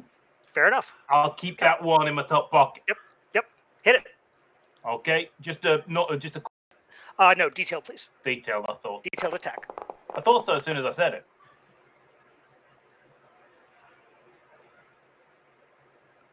Okay. Oh, it's not quite fillet of snack for everybody. So, you're just hitting this thing for 3? Yeah. Okay. Unless I can use power to give it a harmful status, like make it bleed, because as we all know, if it bleeds, we can kill it. So yes, you make it bleed, and it in fact relaxes. You have in fact dispatched the thing.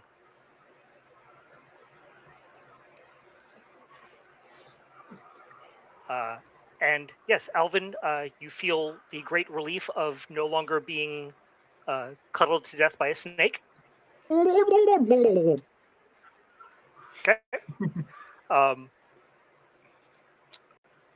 We'll say that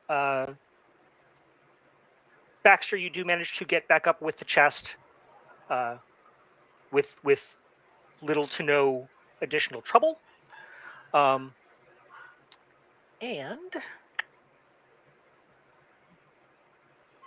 you crawl out. You all climb out of the pond with the chest, and the stranger is still waiting there. And she looks very relieved that you have found it. And now what would you like to do? So Baxter, when he gets to the surface and starts getting to the side, he looks to Elvin and goes, "See, I told you you'd be fine. You did really good. Did you see that? You got it all by yourself. I know. You're getting better at this." It's just chest. It's just invisible, dripping, and blood. Kish slaps you in the back of the head. The invisibility wears off. Wow. I did magic. Yeah. And you surrendered It was almost danger. good. It was awesome. Without me giving you a word of protection like I asked you to let me do. Didn't even need it. I didn't even hear that. So I will say, before you guys make it back up, Kish, and I'll say Baxter because you were right down at the bottom. You see kind of seeping out of cracks at the bottom of the pond. You see you see what looks to be the same black ichor that came out of the thing in the barley field. Baxter would just say then, "Is that creepy goo stuff at the bottom as well? Luckily, I missed it." And he holds chest. I'll go and make sure that I get the belongings to the correct owner for this. You guys might want to deal with whatever that is because it's not part of my job description. I will just make sure that this goes to the right people because that's the most important thing about helping people is getting them. I'll be arresting you later, kid. You know I what didn't they steal say. anything. Didn't steal it. Yeah, but you didn't I return just it to helped. its proper owners. So, I've got you for receiving stolen goods. There's the owner there. Yeah, the woman has made her way over. She is very relieved. Oh, You got my physical knowledge? And he puts the chest towards her.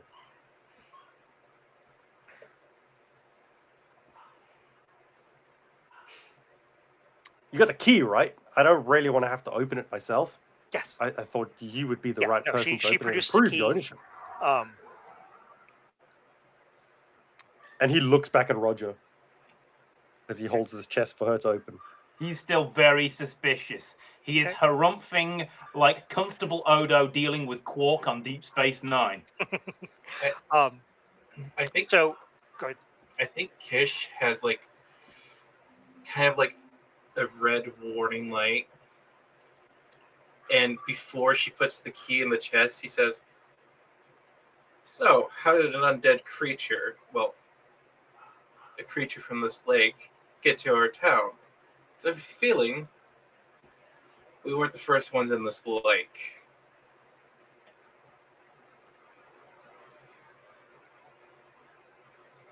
I'm sorry, I have no idea what you're talking about. There was a creature of some sort? Yeah, big snake. Try to eat Bobbin. Oh, and the And dead the guy. Yeah, the dead guy in the barley field that brought us here tonight. He wasn't in the lake. I know of. I'm sorry, I know of no such creature. I have not encountered them in my travels. Kish tries to tell if she's lying or hiding information. Okay. I've seen a thing or two. I've seen enough flyers, especially Okay. Baxter. Okay. What else are you using? Was that it?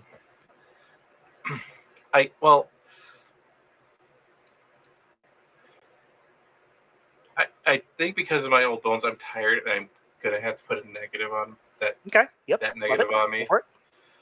and can't fool me. Because, again, I've seen a thing or two. I know when people are lying, Yep. and I'm not gonna be tricked at this point. Go for it.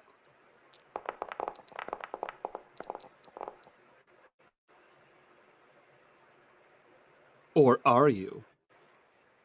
Nope. So let's see, you try to tell if she's lying. That's one character. And the scene's just about over, so I'm not going to worry about the status. But no, you in fact, you very, very, very much believe her. You are in fact, you would get trusting too. So she said she asks you to put down Baxter to put the chest down on the ground. Oh, he doesn't put it down. What he Okay. does is he goes onto one knee and he Okay. puts it on his other knee, so it's off the ground. And he's sitting to the side, like he's got the chest off to the side, so he can see into it as soon as she opens it. Good sir, we don't know each other that well. But you've got things for me. And he taps the top of the chest. And Rog, and he looks at Rog and goes, and he's going to see you give me things, and then he can't take them away. His tendency to do that, The rest, Pays the and bill. she addresses all of you at this point. The rest is yours, as agreed. Mine. He looks back. Mine, you see? She opens the chest. There are, in fact, several things in there. Standing at the top is a fist-sized opal. She looks at it for just a moment with almost reverence, takes it and cups it slowly in both hands, looks up, looks at you, Baxter, winks, and disappears. I knew it. She was a woman, demon, countess, or something along those lines. So I think she's fine. She just used a disappearing spell like Alvin. Yeah, Alvin can do that. So, what have we learned? We've learned that there is something seeping into the dales through the waters that flow underground. We don't know where it's coming from. We don't know what its purpose is. We don't know who the woman was and why the opal was so important to her, but you do know this.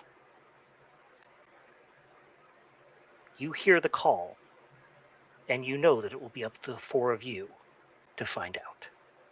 And that is where we end. Hell yeah. That was dope. That was our first jump into Legend in the Mist, which I will forever shake my fist at the fact that there's no S in that. Just one legend, guys. But I hope to see much more on this channel soon.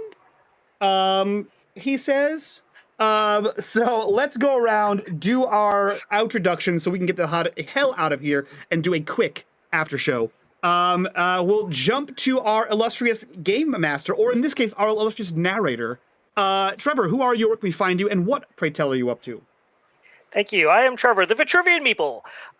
You can, despite our lack of activity for the last few months, you can in fact find me on my own YouTube channel at Vitruvian Meeple, where we will hopefully be getting back to playing our Cypher Fantasy campaign the day after tomorrow. That is Monday the 29th, for those of you who may not be watching this right now. I am in the Discord, but I tend to try to tune it out if I have other things that need my attention, so DMing me is probably the best way to get a hold of me. You can find me on Mastodon, Vitruvian Meeple at dice.camp. You can find me on Blue Sky, Vitruvian Meeple at B-Sky. Yeah, that's about it. Hell yeah. Thanks for watching. I'm glad you guys had fun. Yeah. Jumping over to a face we don't see nearly often enough, but always a pleasure when we do. Will, who are you? Where can we find you on the internet, and what are you up to? Hey, I'm Will. I'm also the Red Oak Shield Virus. You can find me in the Discord from time to time. And I don't really have anything else going on online. Hell yeah. Jumping right across to Prof, who are you? Where can we find you, and what are you up to? I'm El Profa. When I'm not breaking one-shot curses, we did a one-shot in one setting. Proud of him. Good work, Trevor. That's true. This is not breaking curses. This might be Trevor's first one-shot. Yeah. Well, it's like things in writing have taken a lull when real September has come. I got a lot going on, but that doesn't mean that I haven't written a lot of Atari Midnight fic, and people should enjoy it whilst I'm on a hot streak. Hell yeah. Yeah, go check that out in the Discord or on the wiki. And let us know what you think. And last but definitely not least, Chris, who are you? Where can we find you on the internet, and what are you up to? I'm Chris Ekenecker. You can only find me here in unMadeGaming Experiences. Used to be on the Rise, not anymore. We will let you know what happens on that. But we do have a Rise post-mortem next week. Yeah, Saturday. next weekend, yeah, for sure. And then there is also Always Bloody in Dustfall, which is a not streamed but on YouTube campaign, also available through the Discord. You can find it there or unMadeGaming YouTubes. Other than that, nowhere. Hell yeah. Don't want to be anywhere else. That's the only place you gotta be is over in the unMadeGaming Discord. That being said, we're out of here. Thank you so much for joining us for this one shot. Stick around. There is a second one shot coming up in a little bit, but we're gonna get out of here. We're gonna do our after show. If you guys want access to this after show where we give a quick chit chat about this game, join us over on the Patreon at the $5 tier.